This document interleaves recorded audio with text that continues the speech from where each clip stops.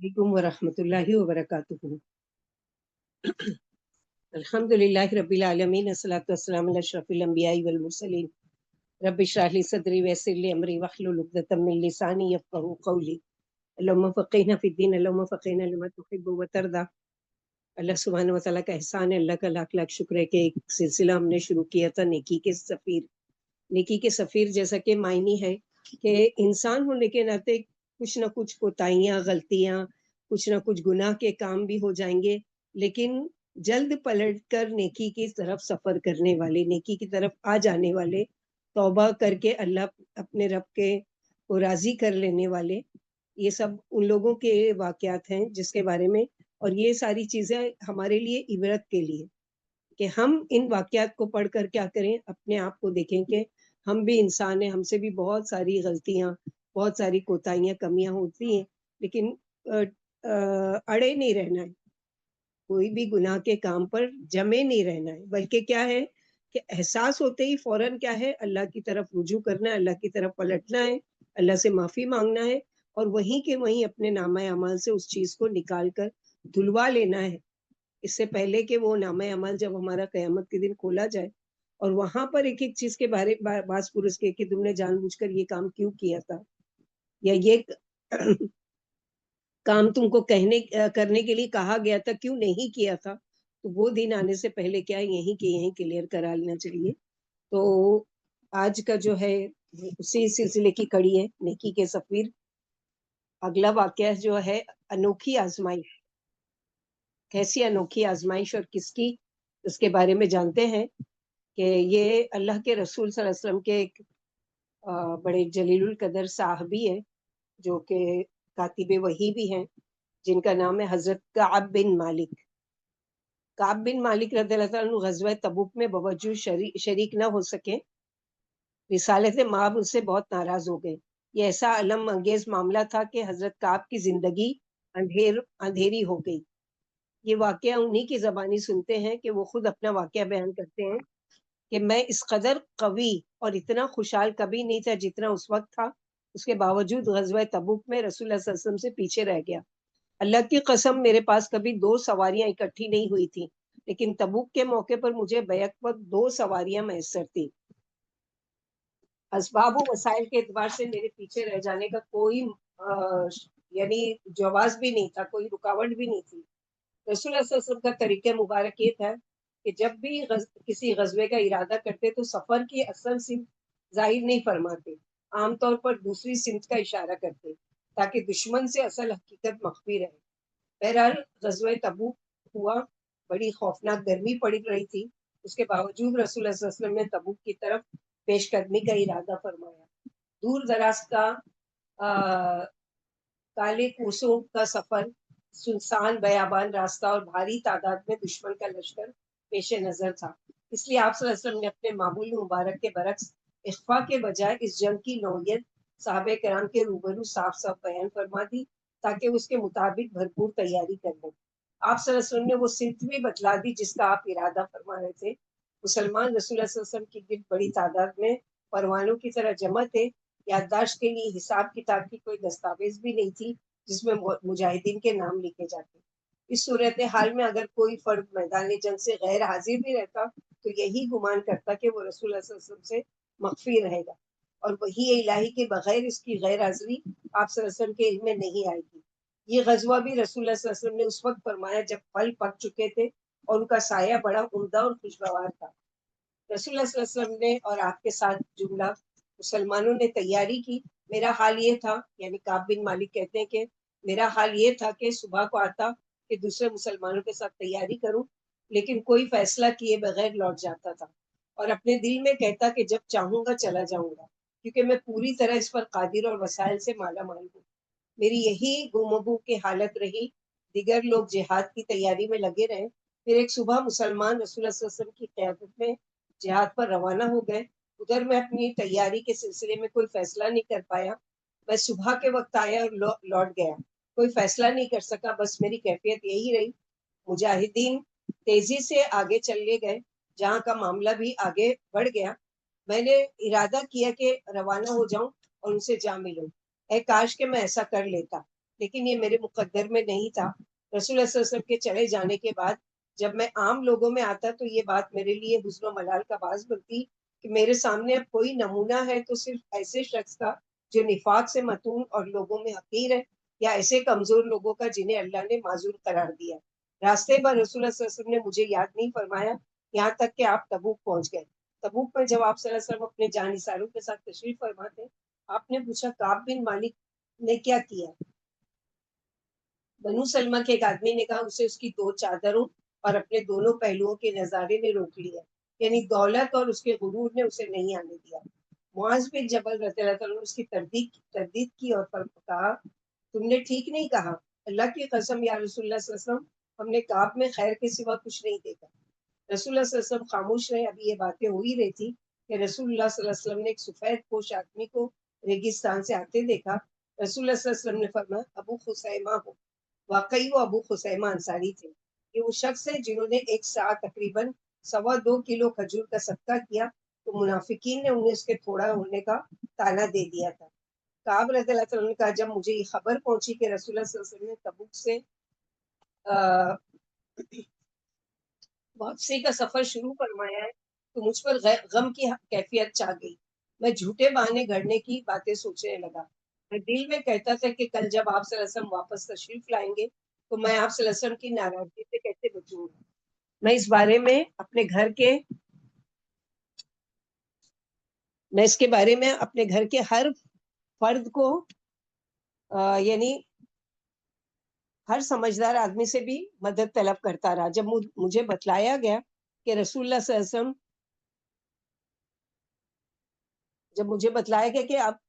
اب رسول اللہ صلی اللہ علیہ وسلم آنے ہی والے ہیں تو جھوٹے بہانے گھڑنے کا باطل خیال میرے دل سے نکل گیا۔ میری سمجھ میں یہ بات آ گئی کہ میں جھوٹ کے ذریعے کبھی نہیں بچ سکوں گا۔ چنانچہ میں نے سچ بولنے کا اٹل فیصلہ کر لیا اور صبح کو رسول اللہ صلی اللہ علیہ وسلم تشریف لے آئے تو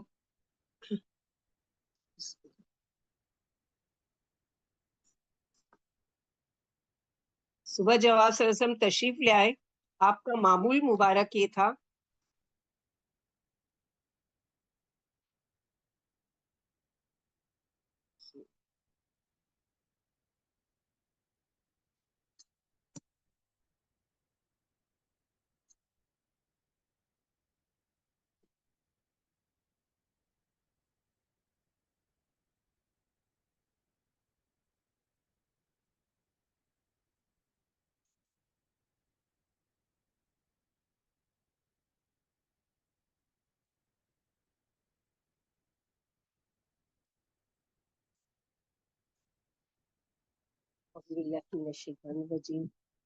جب مجھے بتلایا گیا کہ اب رسول اللہ صلی اللہ علیہ وسلم آنے ہی والے ہیں تو جھوٹے بہانے گھڑنے کا باطل خیال میرے دل سے نکل گیا۔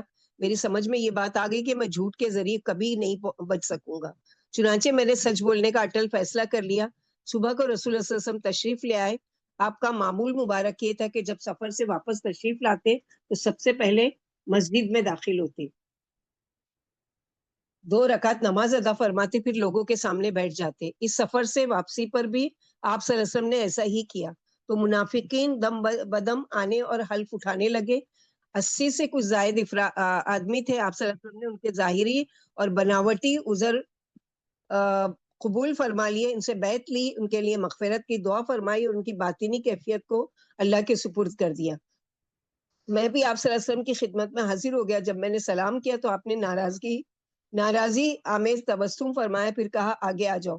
میں آگے پہنچ کر آپ کے سامنے بیٹھ گیا۔ آپ صلی اللہ علیہ وسلم نے مجھ سے پوچھا تمہیں کس چیز نے جہاد سے پیچھے رکھا؟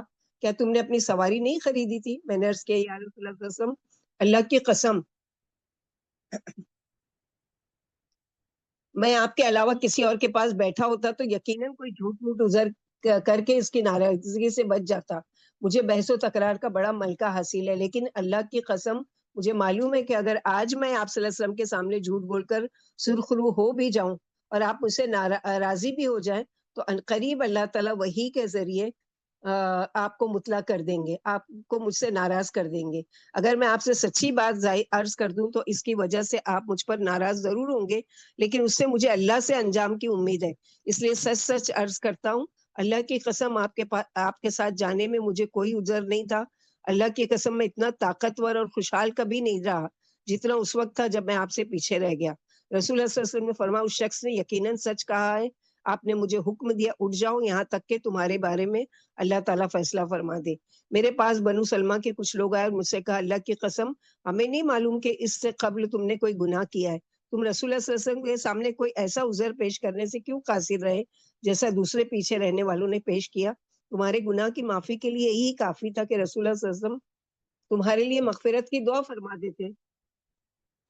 اللہ کی قسم مجھے اور میری سچائی پر ملامت کرتے اور ڈانٹتے رہے یہاں تک کہ میرے جی میں آیا کہ رسول اللہ صلی اللہ علیہ وسلم کی خدمت میں دوبارہ حاضر ہو کر اپنی پہلی بات کی تردید کر دوں اور کوئی جھوٹا عذر پیش کر دوں۔ لیکن میں نے ان سے پوچھا کہ کیا میرے جیسا معاملہ کسی اور کو بھی پیش آیا ہے؟ انہوں نے کہا ہاں تمہارے جیسا معاملہ 2 اور آدمیوں کو بھی پیش آیا، انہوں نے بھی یہی بات کہی ہے جو تم نے کہی ہے، اور انہیں بھی بارگاہ رسالت سے وہی حکم ملا ہے جو تمہیں دیا گیا ہے۔ میں نے ان سے پوچھا وہ دونوں کون ہیں؟ انہوں نے کہا مرارہ بن ربیعہ عمری اور ہلال بن امیہ واقفی، یہ دونوں آدمی بہت نیک تھے، جنگ بدر میں شریک بھی ہوئے تھے، میرے لیے اپنے ایمان و عمل کے لحاظ سے نمونے کی حیثیت رکھتے تھے۔ جب بنو سلمہ کے لوگوں نے ان دونوں آدمیوں کا نام لیا تو میں اپنے سابقہ موقف پر اور زیادہ مضبوطی سے جم گیا۔ رسول اللہ صلی اللہ علیہ وسلم نے لوگوں کو پیچھے رہ جانے والوں میں سے ہم تینوں سے گفتگو کرنے سے روک دیا۔ رسول اللہ صلی اللہ علیہ وسلم کا حکم پا کر لوگوں نے ہم سے یوں آنکھیں پھیر لی جیسے وہ ہمیں جانتے ہی نہیں۔ ہم سارے معاشرے سے الگ تھلگ ہو کر رہ گئے، میں خود کو بڑا تنہا محسوس کرنے لگا، ہمارے زمین و آسمان ہی بدل گئے۔ میں فرش پر نگاہ ڈالتا تھا تو یوں محسوس ہوتا جیسے میں اپنی جانی پہچانی سرزمین کے بجائے کسی اجنبی زمین پر چل رہا ہوں۔ ہم نے اسی علم انگیز حالت میں 50 راتیں بسر کی، ایک ایک لمحہ دوبھر ہو گیا۔ میرے دونوں ساتھی تو اس قدر عاجز آ کے کہ گھر ہی میں دبک کر بیٹھ گئے اور دن رات روتے رہے، لیکن میں بالکل نوجوان اور نہایت قوی تھا۔ گھر سے باہر نکلتا، مسلمانوں کے ساتھ نماز میں حاضر ہوتا، بازاروں میں گھومتا پھرتا، لیکن مجھ سے کوئی کلام نہ کرتا۔ رسول اللہ صلی اللہ علیہ وسلم کی خدمت میں بھی حاضر ہوتا، آپ نماز کے بعد تشریف فرما ہوتے، آپ کو سلام بھی عرض کرتا تھا۔ اس وقت میرے دل میں یہ جاننے کی خواہش میں چلتی تھی کہ میرے سلام کے جواب میں آپ اپنے مبارک لبوں کو جنبش دیتے ہیں یا نہیں۔ پھر آپ کے قریب ہی نماز پڑھتا اور دزدیدہ نگاہوں سے آپ کو دیکھتا رہتا۔ میں نے دیکھا کہ جب میں نماز میں متوجہ ہوتا ہوں تو آپ میری طرف نظر فرماتے، لیکن جب میں آپ کی طرف رخ کرتا تو آپ مجھ سے اعراض فرما لیتے تھے۔ مجھ سے مسلمانوں کی بے رخی زیادہ ہو گئی تو ایک روز میں ابو قتادہ کے باغ کی دیوار پھاند کر اندر چلا گیا۔ وہ میرا چچا زاد تھا، مجھے محبوب ترین تھا۔ میں نے اسے سلام کیا، لیکن اللہ کی قسم اس نے میرے سلام کا جواب نہیں دیا۔ میں نے کہا ابو قتادہ میں تجھے اللہ کی قسم دے کر پوچھتا ہوں، کیا تو میرے حوالے سے جانتا ہے کہ میں اللہ سے اور اس کے رسول سے محبت کرتا ہوں؟ وہ خاموش رہا۔ میں نے دوبارہ قسم دے کر پوچھا، وہ بدستور خاموش رہا، حتیٰ کہ تیسری مرتبہ جب قسم دے کر سوال دہرایا تو اس نے صرف اتنا کہا کہ اللہ اور اس کا رسول ہی بہتر جانتے ہیں۔ میری آنکھوں سے بے اختیار آنسو بہنے لگے اور میں جیسے گیا تھا ویسے ہی دیوار پھاند کر واپس آ گیا۔ اسی دوران ایک روز مدینے کے بازار سے گزر رہا تھا کہ اچانک اہل شام کے نبتیوں میں سے ایک نبتی کو جو مدینے میں غلہ بیچنے کے لیے آیا تھا یہ کہتے ہوئے سنا، کون ہے جو کعب بن مالک کی طرف میری رہنمائی کرے؟ لوگ میری طرف اشارہ کرنے لگے۔ وہ میرے پاس آ گیا، اس نے مجھے شاہ غسان کا ایک خط دیا۔ پڑھا لکھا تو تھا ہی، خط پڑھا، اس نے لکھا تھا، اما بعد ہمیں یہ خبر پہنچی کہ تمہارے ساتھی نے تم پر ظلم کیا ہے۔ اللہ تعالیٰ نے تمہیں ذلت کے گھر میں رہنے یا ضائع ہونے کے لیے نہیں بنایا۔ ہم تمہیں دعوت دیتے کہ ہمارے پاس چلے آؤ، ہم تم سے پوری ہمدردی کرتے ہیں۔ خط پڑھا تو میں نے کہا یہ بھی ایک آزمائش ہے۔ میں نے وہ خط تنور میں ڈال دیا۔ جب 50 دنوں میں سے 40 دن گزر گئے، میرے بارے میں وحی کا سلسلہ ابھی تک موقوف تھا کہ میں نے رسول اللہ صلی اللہ علیہ وسلم کے ایک قاصد کو اپنے پاس آتے دیکھا۔ اس نے آ کر کہا، رسول اللہ صلی اللہ علیہ وسلم تمہیں حکم دیتے ہیں کہ اپنی بیوی سے بھی علیحدگی اختیار کر لو۔ میں نے پوچھا کیا میں اسے طلاق دے دوں؟ اس نے کہا نہیں، اس سے بس علیحدہ ہو جاؤ اور اس کے قریب مت جاؤ۔ میرے دوسرے 2 ساتھیوں کو بھی آپ نے یہی پیغام بھجوایا۔ میں نے اپنی بیوی سے کہا اپنے گھر والوں کے پاس چلی جاؤ اور انہی کے پاس رہو یہاں تک کہ اللہ تعالیٰ اس معاملے کا فیصلہ فرما دے۔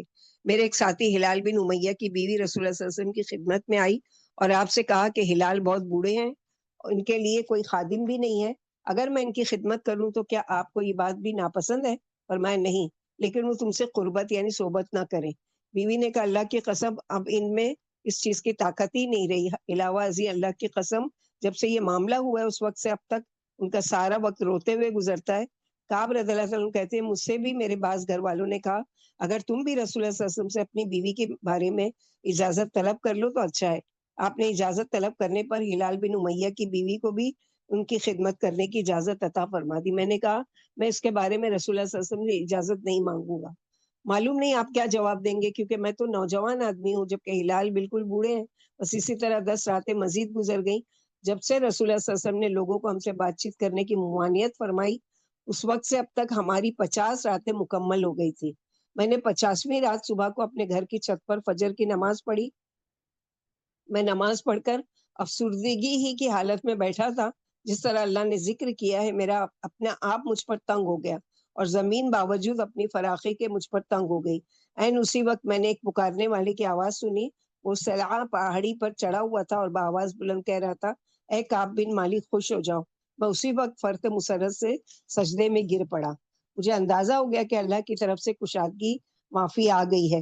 رسول اللہ صلی اللہ علیہ وسلم نے جب فجر کی نماز پڑھ لی تو آپ نے لوگوں کو بتایا کہ اللہ تعالیٰ نے ہم تینوں کی توبہ قبول فرما لی. بس لوگ ہمیں خوشخبری دینے کے لیے آنے شروع ہو گئے. میرے دونوں ساتھیوں کی طرف بھی خوشخبری دینے والے گئے. ایک شخص نے نہایت تیزی سے میری طرف گھوڑا دوڑایا. اسلم قبیلے کا ایک آدمی بھی دوڑا. وہ پہاڑ پر چڑھ گیا. اس کی آواز گھوڑے سے بھی تیز رفتار نکلی.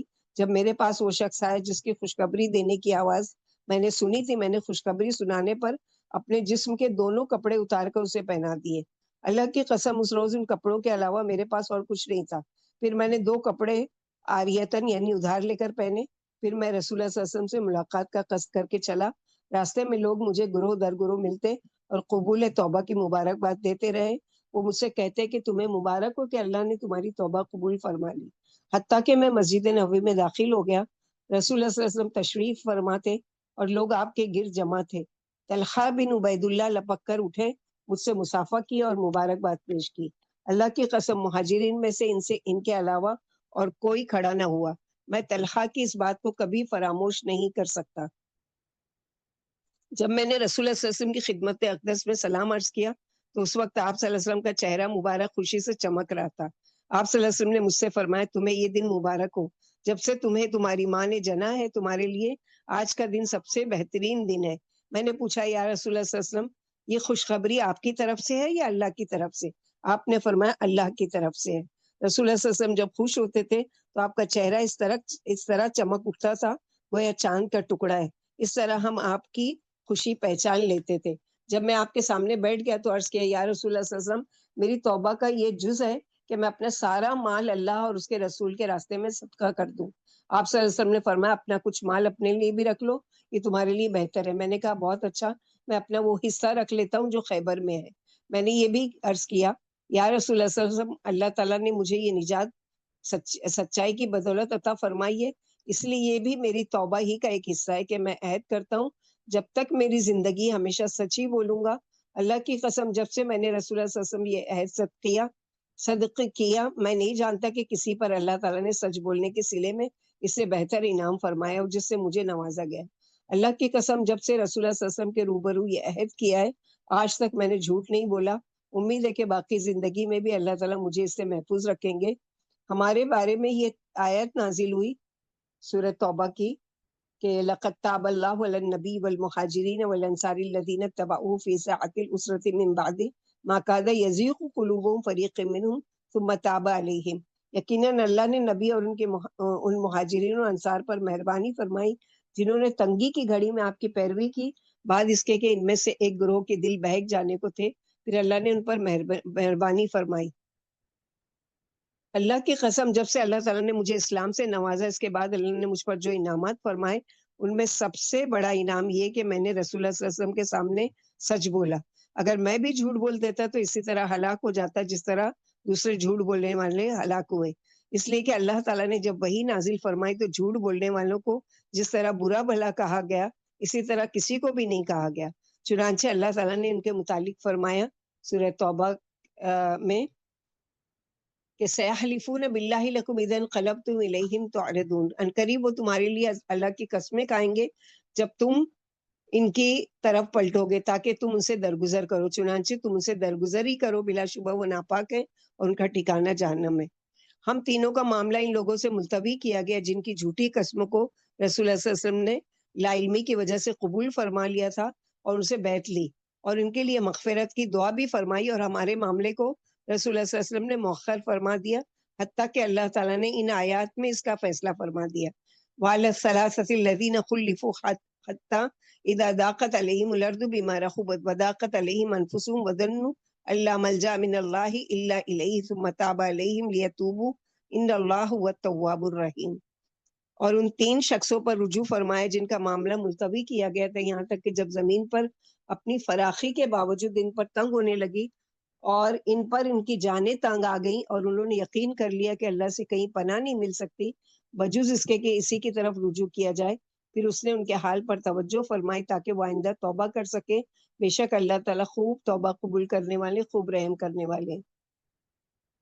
یہ جو پیچھے رکھے جانے کا ذکر ہے تو اس سے مراد ہمارا غزوے سے پیچھے رہنا ہے، رہنا نہیں ہے، بلکہ اس کا مطلب ہمیں چھوڑ دینا اور ہمارے معاملے کو ان لوگوں کے معاملے سے مؤخر کر دینا ہے جنہوں نے آپ کے سامنے حلف اٹھایا اور عذر پیش کیا جسے آپ نے ان کی طرف سے قبول فرمایا۔ تو یہ تھی اللہ سبحانہ و تعالیٰ کی طرف سے آزمائش کہ صحابہ کرام، انبیاء، ہر کسی کی اللہ تعالیٰ نے آزمائش کی۔ جب وہ آزمائش میں کھرے اترے پھر ایسے ایسے انعامات سے نوازا کہ جیسے یہ تین صحابی ہیں کہ ان کا باقاعدہ سورۃ توبہ میں اللہ تعالیٰ نے نام تو نہیں لیا لیکن تین لوگوں کا ذکر کیا ہے کہ جس کے بارے میں یہ آیتیں نازل کی اللہ تعالیٰ نے۔ تو یہ اللہ سبحانہ و تعالیٰ کا انعام ہے کہ سچ بولنے والوں کو ہمیشہ کیا ہے، اللہ سبحانہ و تعالیٰ دنیا میں بھی عزت دیتے ہیں اور آخرت میں بھی۔ اگلی ہماری جو قصہ ہے وہ ہے تیرتی قبر۔ آپ لوگ دیکھ لیں گے کہ تیرتی قبر کس کے لیے بنی تھی۔ دنیا میں تین طرح کے لوگ ہیں، کچھ لوگ صرف مصیبت کے وقت اللہ کو پکارتے ہیں، کچھ اللہ کو یاد کرتے ہیں اور اس کی فرما برداری کرتے ہیں، جب مصیبت ٹل جائے تو پھر اللہ کی نافرمانی میں جٹ جاتے ہیں، اور کچھ ایسے ہوتے ہیں جن کے شب و روز اللہ کی فرما برداری اور اس کے حضور عجز و انکسار ہی میں گزر جاتے ہیں۔ اللہ ہم کو تیسری کیٹیگری میں سے بنائے کہ جن کے شب و روز اللہ کی فرما برداری اور اس کے حضور عجز و انکسار ہی میں گزرتے ہیں۔ اسی تیسری قسم کے لوگوں میں سے اللہ کے نبی یونس علیہ السلام بھی ہیں۔ انہوں نے اپنی قوم کو اللہ کی طرف بلایا، ایمان کی دعوت دی، لیکن لوگوں نے اللہ کے سچے دین سے منہ موڑ لیا اور تکبر کیا۔ یونس علیہ السلام نے جب دیکھا کہ ان کی شبانہ روز محنت کوئی رنگ نہیں لائی ہے بلکہ الٹا قوم ان سے متنفر ہو گئی ہے اور مسلسل انکار اور ہٹ درمی اختیار کیے ہوئے، تو انہوں نے قوم سے ناراض ہو کر انہیں چھوڑنے کا فیصلہ کیا ہے۔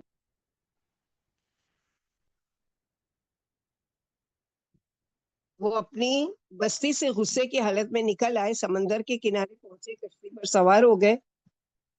کشتی سمندر کے بیچوں بیچ پہنچی تو طوفان نے آ لیا، کشتی ہچکولے کھانے لگی، خطرہ لاحق ہو گیا۔ مبادا تمام لوگ سمندر کی نظر ہو جائے، انہوں نے فیصلہ کیا کہ کشتی کا وزن ہلکا کیا جائے، ایک شخص قربانی دے اور سمندر میں کود جائے، اس طرح تمام لوگوں کی جان بچ جائے گی۔ انہوں نے قرعہ ڈالا، یونس علیہ السلام کا نام نکل آیا، لیکن لوگوں نے انہیں سمندر میں پھینکنے سے انکار کر دیا۔ پھر قرعہ ڈالا، انہی کا نام نکلا، بار بار قرعہ اندازی ہوئی، یونس علیہ السلام ہی کا نام نکلتا رہا۔ یونس علیہ السلام کو سمندر میں کودنا پڑا، جو ہی سمندر میں کودے ایک مچھلی نے انہیں نگل لیا، پھر وہ سمندر کی گہرائیوں میں اترتی چلی گئی۔ یہ تھی ان کی تیرتی قبر۔ یہ سب کچھ اچانک اور بڑی تیزی سے ہوا، پل بھر میں یونس علیہ السلام تاریکیوں میں ڈوب گئے۔ انہوں نے ارد گرد کا جائزہ لیا، سمندر کی گہرائی میں پڑی ہوئی کنکریاں اللہ کی تسبیح کر رہی تھی۔ یونس علیہ السلام کو اپنی کوتاہی کا احساس بری طرح ستانے لگا کہ انہوں نے اپنے رب کے حکم کے بغیر اپنی قوم کو چھوڑا اور بستی سے نکل کر چلے آئے۔ وہ اللہ کے حضور گر گرانے لگے، فنادى في الظلمات لا اله الا انت سبحانك انی کنت من الظالمین۔ پھر اس نے اندھیروں میں پکارا کہ تیرے سوا کوئی معبود نہیں، آپ پاک ہیں، بلا شبہ میں ہی ظالموں میں سے تھا۔ یونس علیہ السلام کے یہ کلمات سیدھے عرش الہی سے ٹکرائے۔ اللہ تعالیٰ نے اپنے بندے کی پکار سنی اور انہیں اس مصیبت سے چھٹکارا دیا۔ یہ یونس علیہ السلام نبی کا واقعہ ہے، لیکن آج کا یونس کیا کہتا ہے سنیے۔ آج کا یونس کہتا ہے کہ میں جوانی کے نشے میں مست تھا، میں نے مال و دولت اکٹھا کر کے نرم بستروں، تیز رفتار سواری اور عالی شان بنگلوں ہی کو زندگی سمجھ رکھا تھا۔ جمعے کا دن تھا، میں اپنے دوستوں کے ساتھ ساحل سمندر پر بیٹھا سمندر کی لہروں سے لطف اندوز ہو رہا تھا۔ ہم سب اللہ سے غافل تھے۔ ہم نے دنیا کے کر و فر اور سجدہ جی کو اپنا مطمح نظر بنا رکھا تھا۔ ٹھنڈی ہوا تھی، خاموش فضا تھی، ہوا کے جھونکے ہمارے لطف کو دوبالا کر رہے تھے۔ مسجد سے آوازیں آنے لگی، حی علی الصلاح، حی علی الفلاح، حی علی الفلاح، آؤ نماز کی طرف، آؤ نماز کی طرف، آؤ کامیابی کی طرف۔ اللہ کی قسم میں عرصہ دراز سے اذان سنتا آ رہا تھا، لیکن میں نے ایک دن بھی کلمہ فلاح کامیابی کی طرف توجہ نہیں دی۔ شیطان نے میرے دل میں پوری طرح قبضہ کر لیا تھا۔ میں نے اذان کے کلمات سنے انسنے کر دیے۔ ساحل پر موجود لوگ نماز پڑھنے کے لیے اپنی اپنی جائے نماز بچھانے اور نماز کے لیے اکٹھے ہونے لگے، اور ہم لوگ آکسیجن سلنڈر وغیرہ باندھ کر سمندر میں غوطہ خوری کی تیاری کرنے لگے۔ ہم نے غوطہ خوری کا لباس پہن لیا اور سمندر میں اتر گئے۔ ہم ساحل سے دور ہوتے چلے گئے، حتیٰ کہ سمندر کے درمیان پہنچ گئے۔ ہر کوئی اپنی دھن میں مگن تھا۔ سرور نشاط کے جھونکے دم بدم چلے آ رہے تھے۔ اچانک ربڑ کا وہ ٹکڑا پھٹ گیا جو غوطہ خور کے منہ پر اس لیے لگایا جاتا کہ پانی منہ میں داخل نہ ہو اور نالیوں کے ذریعے سے آکسیجن حاصل کرنے میں مدد دے۔ جو ہی وہ ٹکڑا پھٹا، سمندر کا نمکین پانی میرے پھیپڑوں میں داخل ہو گیا۔ میرا نظام تنفس یعنی سانس بند ہونے لگی۔ موت کے لمحات قریب ترین آنے لگے۔ میرے پھیپڑے لرزنے لگے۔ انہیں ہوا کی سخت ضرورت تھی۔ میں تڑپ اٹھا۔ سمندر کی تاریکی مجھے بے چین کر رہی تھی۔ میرے دوست مجھ سے دور تھے۔ میں صورتحال کی نزاکت محسوس کرنے لگا اور پے در پے غوطے لگانے لگا۔ مجھے یقین ہو گیا کہ اب میں بچ نہیں سکتا۔ میں چلانے اور فریاد کرنے لگا۔ زندگی کی فلم میری آنکھوں کے سامنے گھومنے لگی۔ پہلا غوطہ کھاتے ہی مجھے اندازہ ہو گیا کہ میں کس قدر کمزور اور بے بس ہوں۔ اللہ تعالیٰ نے مجھ پر نمکین پانی کے چند چھینٹے ڈال کر مجھے صاف دکھا دیا کہ پوری قوت و قدرت کا مالک صرف اور صرف اللہ سبحانہ و تعالیٰ کی ذات ہے۔ مجھے یقین ہو گیا کہ اللہ کے علاوہ اور کوئی جائے پناہ نہیں۔ میں بڑی تیزی سے پانی سے باہر نکلنے کی کوشش کر رہا تھا، مگر بہت دور جا چکا تھا اور موت میرے قریب سرکتی چلی آ رہی تھی۔ مجھے موت کا ڈر نہیں تھا، لیکن یہ احساس مجھے رہ رہ کر تڑپانے لگا کہ میں اپنے عظمت مآب خالق و مالک سے کس منہ سے ملوں گا۔ میں نے اللہ سے ملاقات کے لیے کوئی تیاری ہی نہیں کی۔ اگر اس نے پوچھ لیا کہ تجھے زندگی دی تھی، اب تو کیسے کرتوت لے کر آیا ہے؟ تو مجھے مال و دولت سے نوازا تھا، اسے کہاں خرچ کیا؟ میں نماز سے ہمیشہ غافل رہا۔ میرے رب سب سے پہلے نمازی کے بارے میں جواب طلبی فرمائے گا تو میں کیا جواب دوں گا؟ اچانک مجھے کلمہ شہادت یاد آنے لگا۔ میں چاہتا تھا کہ میرا خاتمہ کلمہ پڑھتے ہوئے ہو۔ ابھی میں نے اشہد ہی کہا تھا کہ میرے حلق میں پانی بھر گیا۔ یوں لگا جیسے کسی خفیہ ہاتھ نے میرا گلا گھونٹ دیا ہے تاکہ میں بول ہی نہیں سکوں۔ میرا دل پکارنے لگا، اے میرے رب، تھوڑی سی مہلت دے دے۔ اے میرے اللہ، چند لمحات کے لیے مجھے خشکی پر پہنچا دیجئے۔ لیکن بچاؤ کی کوئی صورت نظر نہیں آ رہی تھی۔ میں ہر چیز سے بیگانہ ہو گیا۔ بحر ظلمات نے مجھے محسوس کرا دیا، لیکن میرے رب کی رحمت کی کوئی انتہا ہی نہیں ہے۔ اچانک ہوا میرے سینے میں اترنے لگی، تاریکی چھٹ گئی، میری آنکھیں کھل گئی۔ میرے ایک ساتھی نے ہوا کا پمپ میرے منہ پر لگا دیا۔ وہ مجھے مکمل ہوش میں لانے کی کوشش کر رہا تھا۔ میں نے اس کے چہرے پر خوشی کے آثار دیکھے تو میں سمجھ گیا کہ اب میں خیریت سے ہوں۔ تب میرا دل، میری زبان اور جسم کا ایک ایک خلیہ پکار اٹھا، اشہد ان لا الہ الا اللہ و اشہد ان محمد عبدہ و رسولہ۔ الحمدللہ۔ میں اس حقیقت کی گواہی دیتا ہوں کہ اللہ کے سوا کوئی معبود نہیں، اور میں اس حقیقت کی بھی گواہی دیتا ہوں کہ محمد صلی اللہ علیہ وسلم اس کے بندے اور اس کے رسول ہیں۔ تمام تعریفیں اللہ ہی کے لیے۔ اس ہستی کا بے حد شکر ہے جس نے مجھے اس مصیبت سے نجات دی۔ میں پانی سے نکلا تو اب میں پہلے والا یونس نہیں تھا۔ میری زندگی میں انقلاب آ چکا تھا۔ اب مجھے روز بروز اللہ کا قرب نصیب ہونے لگا۔ میں نے اپنی زندگی کا مقصد پا لیا۔ اللہ تعالیٰ کا یہ فرمان میرے حافظے میں جگمگانے لگا، وما خلقت الجن والانس الا لیعبدون، اور میں نے جنوں اور انسانوں کو پیدا ہی اس لیے کیا کہ وہ میری عبادت کریں۔ یہ بالکل اٹل حقیقت ہے۔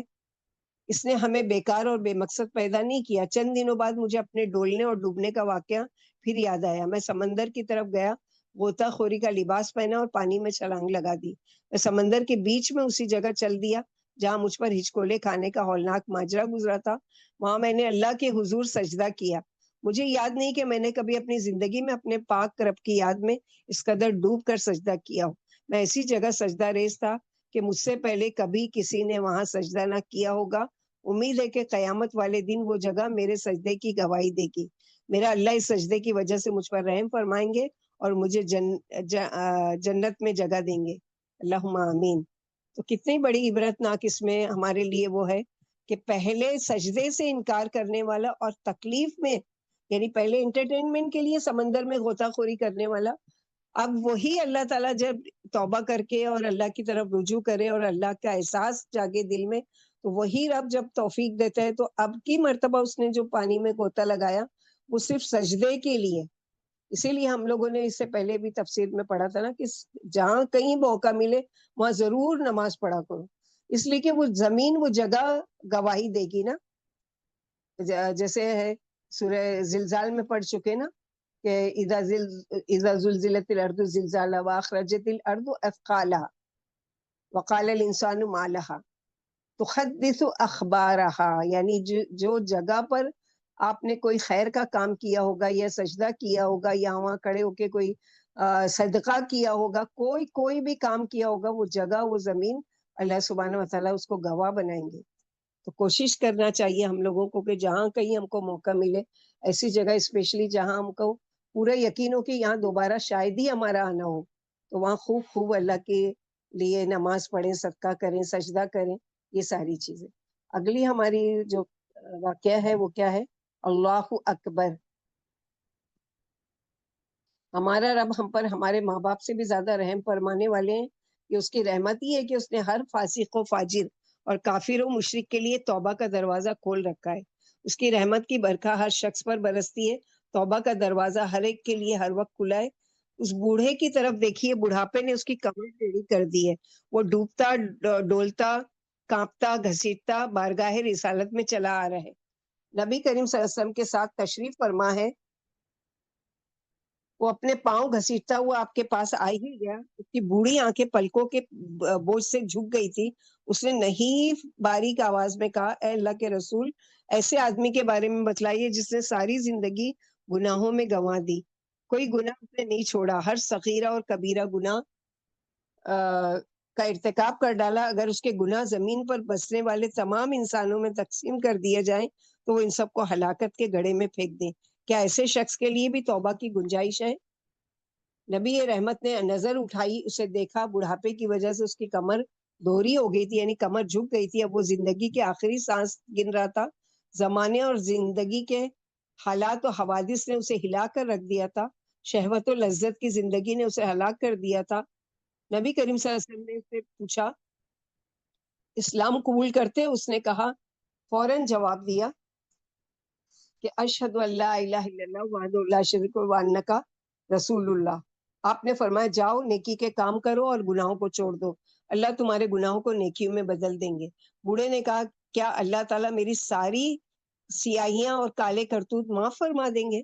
آپ صلی اللہ علیہ وسلم نے فرمایا، ہاں. وہ خوشی سے جھوم اٹھا اور چلایا، اللہ اکبر، اللہ اکبر، اللہ اکبر. وہ اللہ کی بڑائی بیان کرتا وہ الٹے پاؤں واپس چل دیا اور دھیرے دھیرے صحابہ کرام کی نگاہوں سے اوجھل ہو گیا.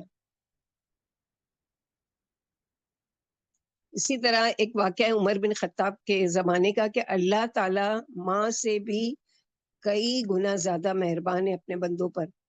سیدنا امیر المومنین عمر بن خطاب بیان کرتے کہ ایک جنگ میں رسول اکرم صلی اللہ علیہ وسلم کی خدمت میں چند قیدی لائے گئے. ان میں خاتون بھی تھی. اس کی بڑی عجیب حالت تھی. قیدیوں میں سے جس بچے کو پاتی اسے اپنی گود میں لے لیتی اور اپنی چھاتی سے چمٹا کر دودھ پلانے لگتی. نبی کریم صلی اللہ علیہ وسلم نے اس خاتون کی بچے کے لیے یہ بے چینی دیکھی تو صحابہ سے دریافت فرمایا کہ تمہارا کیا خیال ہے، کیا یہ خاتون اپنے بچے کو آگ میں پھینک سکتی ہے؟ صحابہ کرام نے عرض کیا، ہرگز نہیں، یہ کبھی اپنے بچے کو آگ میں نہیں پھینک سکتی. آپ نے فرمایا، اللہ ارحم بعبادہ من خادی بولدیہا. یاد رکھو اللہ تعالیٰ اپنے بندوں پر اس خاتون سے کہیں زیادہ رحم فرمانے والے ہیں جو اپنے بچے پر رحم کھا رہی ہے. اور یہ اگلی جو قصہ ہے، یہ خود رائٹر جو ہے بک کے نیکی کے سفیر، ان کی زبانی واقعہ ہے کہ اس واقعے کے راوی خود ڈاکٹر محمد بن عبد الرحمن العریفی ہے. وہ بیان کرتے کہ میں ایک مرتبہ ہاسپٹل میں ایک مریض کے پاس سے گزرا. اس کی عمر 40 سال کے لگ بھگ تھی. وہ بہت خوبصورت قد و قامت اور بڑے درخشاں چہرے والا آدمی تھا. بظاہر حشاش بشاش نظر آتا تھا، لیکن اس کا سارا جسم کیا تھا، مفلوج ہو گیا تھا اور بے حس ہو چکا تھا. یہ ساری اسٹوریز پڑھ کے آپ لوگوں کو ایک دعا کثرت سے یاد کرنا چاہیے اور پڑھنا بھی چاہیے کہ الحمدللہ الذی عافانی ممن ابتلاہ بہ وفضلنی علی کثیر ممن خلق تفضیلا. تو اللہ سبحانہ و تعالیٰ کے نبی صلی اللہ علیہ وسلم نے وعدہ کیا ہے کہ جو یہ پڑھ لے گا کسی کی مصیبت کو سن کر یا دیکھ کر، تو اللہ سبحانہ و تعالیٰ اس پر کوئی تکلیف کبھی نہیں لائیں گے. تو یہ اتنا خوبصورت نوجوان ہے، لیکن اس کا سارا جسم جو ہے پیرالائزڈ ہے اور بے حس ہو چکا تھا، ذرا بھی حرکت نہیں کر سکتا تھا. صرف سر اور گردن تھوڑی بہت حرکت کرتے تھے. آپ کلہاڑے کے وار سے اس کے بدن کے ٹکڑے ٹکڑے بھی کر دیں تب بھی اسے کچھ پتہ نہیں چلے گا، کیونکہ اس کے وہ بالکل بے حس و حرکت بستر سے چمٹا ہوا تھا. اسے پیشاب پاخانے کا بھی پتہ نہ چلتا. جب اس کے پاس سے بدبو آتی تو اس کی دیکھ بھال کرنے والے اس کا لباس بدل دیا کرتے تھے. میں اس کے کمرے میں داخل ہوا تو فون کی گھنٹی بج اٹھی. اس نے مجھے چلا کر آواز دی اور کہا کہ سر پلیز ذرا فون پکڑیے، کہیں بند نہ ہو جائے. میں نے ریسیور اٹھایا اور اس کے کان سے لگا دیا. وہ بات کرنے لگا، میں وہیں ٹھہر گیا. اس نے اپنی بات مکمل کی تو بولا سر یہ ریسیور ادھر رکھ دیجیے. میں نے ریسیور رکھ دیا. پھر پوچھا آپ کب سے اس مرض میں مبتلا ہیں؟ اس نے بتایا میں 20 سال سے اس مرض کا روگی ہوں. ڈاکٹر عریفی دوسرا واقعہ بیان کرتے ہیں کہ مجھے ایک دوست نے بتایا کہ وہ ہاسپٹل میں ایک کمرے سے کے پاس سے گزرا، وہاں سے عجیب و غریب آوازیں آ رہی تھی. میں نے کمرے میں جا کر دیکھا ایک مریض بڑی اونچی آواز سے آوازاری کر رہا تھا. اس کے چلانے کی آواز اس قدر خوفناک تھی کہ دل پھٹ جائے. میرے دوست نے کہا کہ میں اس کے پاس گیا. اس کا جسم فالج کی وجہ سے بے حس ہو چکا تھا. وہ ادھر ادھر دیکھنے کی بڑی کوشش کرتا، لیکن اس کی ساری کوشش رائگاں جاتی. مجھے بڑا ترس آیا. پوچھا یہ مریض چیخ پکار کیوں کر رہا ہے؟ اس نے بتایا فالج کی وجہ سے اس کا سارا جسم بے حس ہو چکا ہے. اس کی اتڑیوں میں خرابی ہے. جب بھی کوئی چیز کھاتا ہے اس کے بعد اس کی یہی حالت ہوتی ہے، اسے کوئی چیز ہضم نہیں ہو پاتی. میں نے کہا آپ اسے لائٹ کھانے یعنی بھاری کھانے مت دیجیے، ثقیل کھانے مت کھلائیں، گوشت اور چاولوں کے قریب بھی نہ پھٹکنے دیں. نرس نے کہا ہم اسے صرف دودھ پلاتے ہیں، وہ بھی منہ کے ذریعے نہیں بلکہ ناک کے ذریعے نالیوں کے وسیلے سے پیٹ میں پہنچتا ہے. اسے ہضم کرنے کے لیے اسے اتنے پاپڑ یعنی ایک کالی دودھ کا جو گھوٹ ہے اس کو ہضم کرنے کے لیے اس کو کئی تکلیف سے گزرنا پڑتا ہے. ڈاکٹر عریفی بیان کرتے کہ مجھے میرے ایک اور دوست نے بتایا، وہ بھی ایک فالج زدہ مریض کے کمرے سے کے پاس سے گزرا. وہ ذرا بھی حرکت نہیں کرتا تھا، تکلیف کی وجہ سے چلا بھی رہا تھا. میں اس کے پاس گیا، اس کے سامنے رحل پر قرآن پاک کھلا ہوا تھا. میں اسے دیکھتا رہا. جب وہ 2 صفحے پڑھ لیتا تو دوبارہ پھر انہی 2 صفحوں کو پڑھنے لگتا. اس میں اتنی بھی سکت نہیں تھی کہ صفحہ الٹ سکے. اس کے پاس کوئی آدمی بھی نہیں تھا جو اس کی مدد کرتا. جب میں اس کے سامنے کھڑا ہوا تو اس نے التجا کی کہ جناب ذرا صفحہ تو پلٹ دیجئے. میں نے قرآن مجید کا صفحہ پلٹا تو اس کا چہرہ کھل اٹھا. اس نے اپنی نظریں قرآن پر گاڑ دی اور پڑھنے لگا. میں اس کے سامنے پھوٹ پھوٹ کر رونے لگا. میں بڑا حیران تھا کہ یہ اپاہج ہے لیکن قرآن مجید پڑھنے کے ذوق مقدس سے کس قدر مالا مال ہے. یعنی اس کے اندر کتنا شوق ہے قرآن پڑھنے کا کہ اگر وہ نہیں پلٹ پا رہا ہے صفحہ تو کیا ہے اسی کو بار بار پڑھتا ہے، اور جب کوئی ملتا ہے کہ اس کو پلٹ کر دے تو پھر وہ اس کو پڑھتا ہے. اس کے برعکس ایک ہم ہے، صحیح سلامت ہیں، ہٹے کٹے ہیں اور یعنی تندرست لوگوں کی طرح چلتے ہیں پھرتے ہیں اور قرآن کریم کی تلاوت سے کس قدر غافل ہیں کہ ہمیں بھولے سے بھی کلام پاک پڑھنے کا خیال نہیں آتا. ڈاکٹر عریفی کے تیسرے دوست عبداللہ نے ایک واقعہ بیان کیا کہ وہ کسی ہاسپٹل میں ایک آدمی کے پاس گیا. اس کا بھی سارا جسم مفلوج تھا اور صرف اپنے سر ہی کو حرکت دے سکتا تھا. جب اس نے اس کی یہ حالت دیکھی تو اس پر رقت طاری ہو گئی. اسے اس پہ بڑا ترس آیا. پوچھنے لگا آپ کو کس چیز کی خواہش ہے تو فرمائیے. عبداللہ نے کہا میرا خیال تھا کہ اس کی سب سے بڑی خواہش یہ ہوگی کہ وہ تندرست ہو جائے، وہ بھی اپنے بیوی بچوں کے ساتھ ہنسے کھیلے کھائے پیے اور زندگی کی خوشیوں میں شریک ہو. مگر اس مریض نے جواب دیا میری عمر تقریباً 40 سال ہے، میرے 5 بچے ہیں، 7 سال سے بستر پر پڑا ہوں. اللہ کی قسم میں نے کبھی یہ خواہش نہیں کی کہ اپنے بچوں کو دیکھوں، ان کے ساتھ سیر و سیاحت کے لیے جاؤں. جس طرح لوگ زندگی کے مزے لوٹ رہے ہیں میں بھی اسی طرح عیاشی کروں. عبداللہ نے کہا میں بڑا حیران ہوا. اس سے پوچھا پھر تمہاری کیا خواہش ہے؟ وہ بولا میرا دل چاہتا ہے کہ میری پیشانی زمین سے لگ جائے، میں زمین پر سجدہ کرنا چاہتا ہوں، میں بھی اپنے جبین نیاز رب کریم کے حضور ٹیکوں اور اپنے مالک کو رو رو کر غم سناؤں۔ ڈاکٹر عریفی کے ایک طبیب کی آپ بیتی سناتے ہیں، وہ بتاتے ہیں کہ میں ایک مریض کے پاس گیا، وہاں ایک بوڑھا آدمی چارپائی پر لیٹا ہوا تھا، سفید رنگ، روشن چہرہ، گویا نور کا ٹکڑا ہو۔ تب ڈاکٹر نے بتایا کہ اس نے اس کی فائل کھولی، اس کے دل کا آپریشن ہوا تھا، اس کے ساتھ ہی اس کا بلڈ پریشر کم ہو گیا، اسی وجہ سے خون دماغ کی بعض شریانوں تک نہیں پہنچ پا رہا تھا، اب وہ مکمل کومے کی حالت میں تھا۔ اس کے ارد گرد بڑی بڑی مشینیں نصب تھیں، اسے آکسیجن کے ذریعے مصنوعی سانس فراہم کیا جا رہا تھا، یوں وہ 1 منٹ میں 9 مرتبہ سانس لیتا تھا۔ اس کے ایک طرف اس کا بیٹا بیٹھا تھا، میں نے اس کے بوڑھے کو مولوی تھے، میں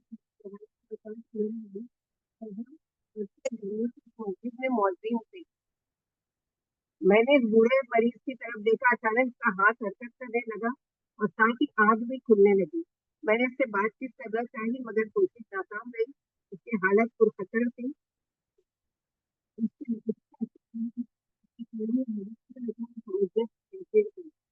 اس کا بیٹا کہنے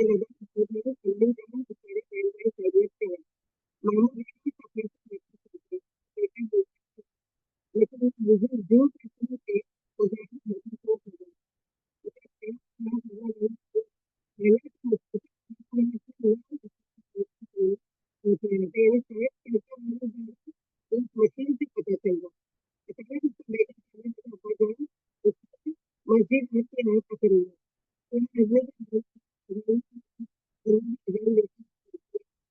مسجد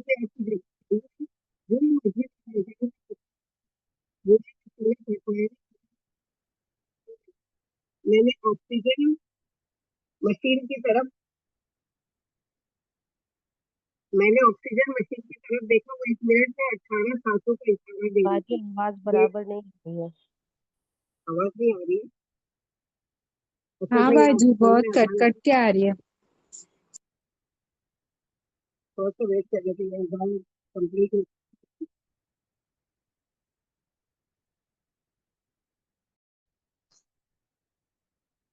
تو یہ ہم لوگ اس شخص کا واقعہ پڑھ رہے ہیں جو مسجد میں مؤذن ہے اور کومے میں جا چکے تھے، تو ان کی سانس کی جو کیفیت ہے کیسی ہے کہ بیٹا جب وہ گھر والوں کا حال سنا رہا ہے اور وہ کہہ رہے تو مشین سے چیک کیا جا رہا ہے، تو 1 منٹ میں وہ 9 مرتبہ سانس کی سہولت بتا رہا تھا۔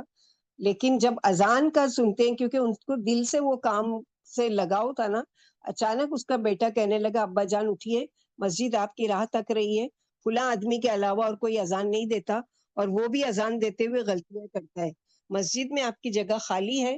جو ہی مسجد اور اذان کا تذکرہ چھڑا، بوڑھے کا سینہ پڑپڑانے لگا، وہ تیز تیز سانس لینے لگا۔ میں نے آکسیجن مشین کی طرف دیکھا، وہ 1 منٹ میں 18 سانسوں کا اشارہ دے رہی تھی۔ بیٹے کو کوئی خبر نہیں تھی، پھر بیٹے نے کہا میرے چچا زاد کی شادی ہو گئی ہے۔ وہ بوڑھا 1 مرتبہ پھر معمول کے مطابق سانس لینے لگا۔ میں نے یہ صورتحال دیکھی تو اس کی طرف متوجہ ہوا اور اس کے سر کے پاس کھڑا ہو گیا۔ میں نے اس کا ہاتھ ہلایا، آنکھیں کھولی، امید کی کوئی کرن نظر نہیں آئی کیونکہ وہ کومے میں تھا، ہر چیز ساکن تھی۔ میں بڑا حیران ہوا، اپنا منہ اس کے کان کے قریب کر کے کہا اللہ اکبر، اللہ اکبر، حی علی الصلاح، حی علی الفلاح۔ ادھر میں کنگھیوں سے آکسیجن مشین کی طرف دیکھ رہا تھا کہ سانس کی حرکت پھر تیز ہو گئی، وہ 1 منٹ میں پہلے جو 9 مرتبہ سانس لے رہا تھا اب 18 سانسوں کی نشاندہی کر رہا تھا۔ سبحان اللہ، بھلا یہ کیسے بیمار ہے؟ اللہ کی قسم یہ بیمار نہیں ہے، بیمار تو ہم ہیں۔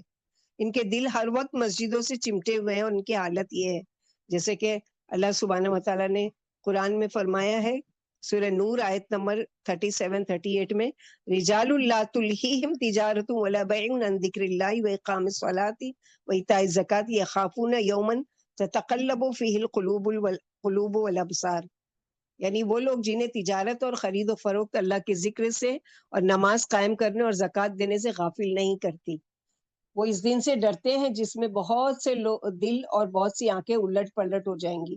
وہ یہ کام اس لیے کرتے ہیں تاکہ اللہ انہیں ان کے اعمال کی بہترین جزا دے اور ان اپنے فضل سے زیادہ دے، اور اللہ جسے چاہے بے حساب رزق دیتے ہیں، اللہم اجعلنا منہم۔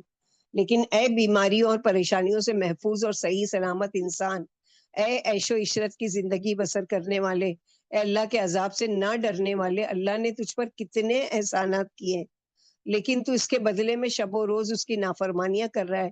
تو کب سمجھے گا؟ سمجھ جا، ابھی مہلت ہے تجھ پر، رب کریم کے انعامات لگاتار ہو رہے ہیں، رب ذوالجلال کا دستے بخشش کبھی نہیں تھکتا، تجھ پر اس کے انگنت احسانات کی برسات ہو رہی ہے۔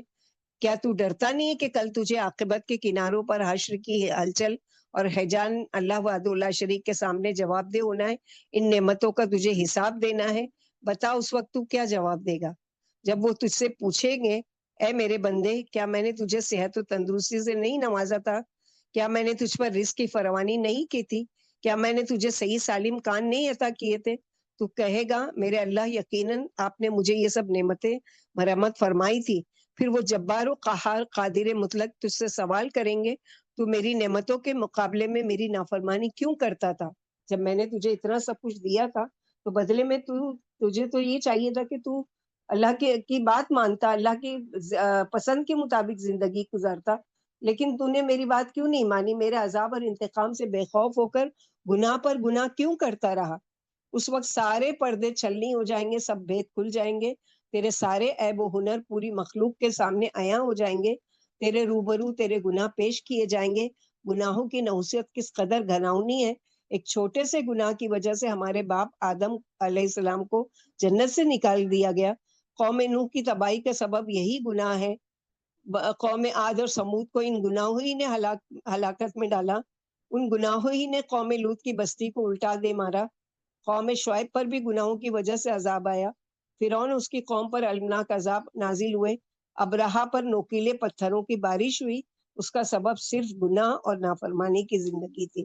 تو اگر اللہ سبحانہ وتعالیٰ نے ہمارے گناہوں کے باوجود بھی ہم کو ڈھیل دے رکھی ہے اور ہم کو مہلت دے رکھی ہے، تو یہ بھی نعمتوں میں سے ایک بہت بڑی نعمت ہے، جس سے ہم کو فائدہ یہ اٹھانا چاہیے کہ اللہ تعالیٰ سے اگر ہم کسی گناہ کے کام میں ملوث ہے تو سچے دل سے توبہ کر کے اللہ کی طرف پلٹے، اللہ سے رجوع کریں اور اللہ سے معافی مانگیں اور آئندہ گناہ کو نہ کرنے کا عہد کریں۔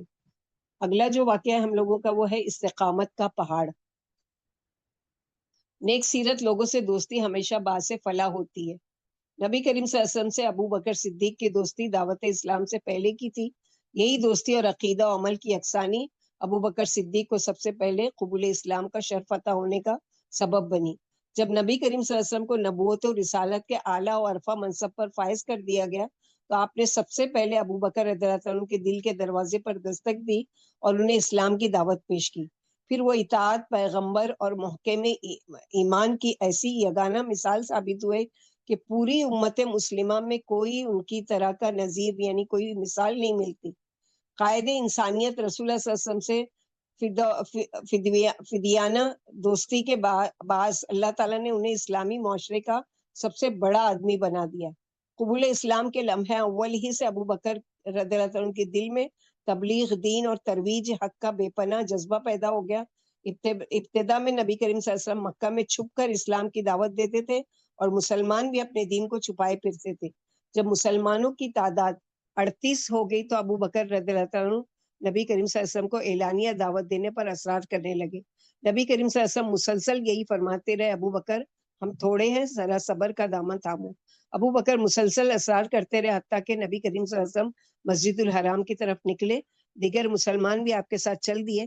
تمام مسلمان مسجد کے کونوں میں بکھر گئے، ہر مسلمان اپنے اپنے قبیلے میں جا بیٹھا۔ ابو بکر صدیق کھڑے ہو گئے اور خطبہ دینے لگے۔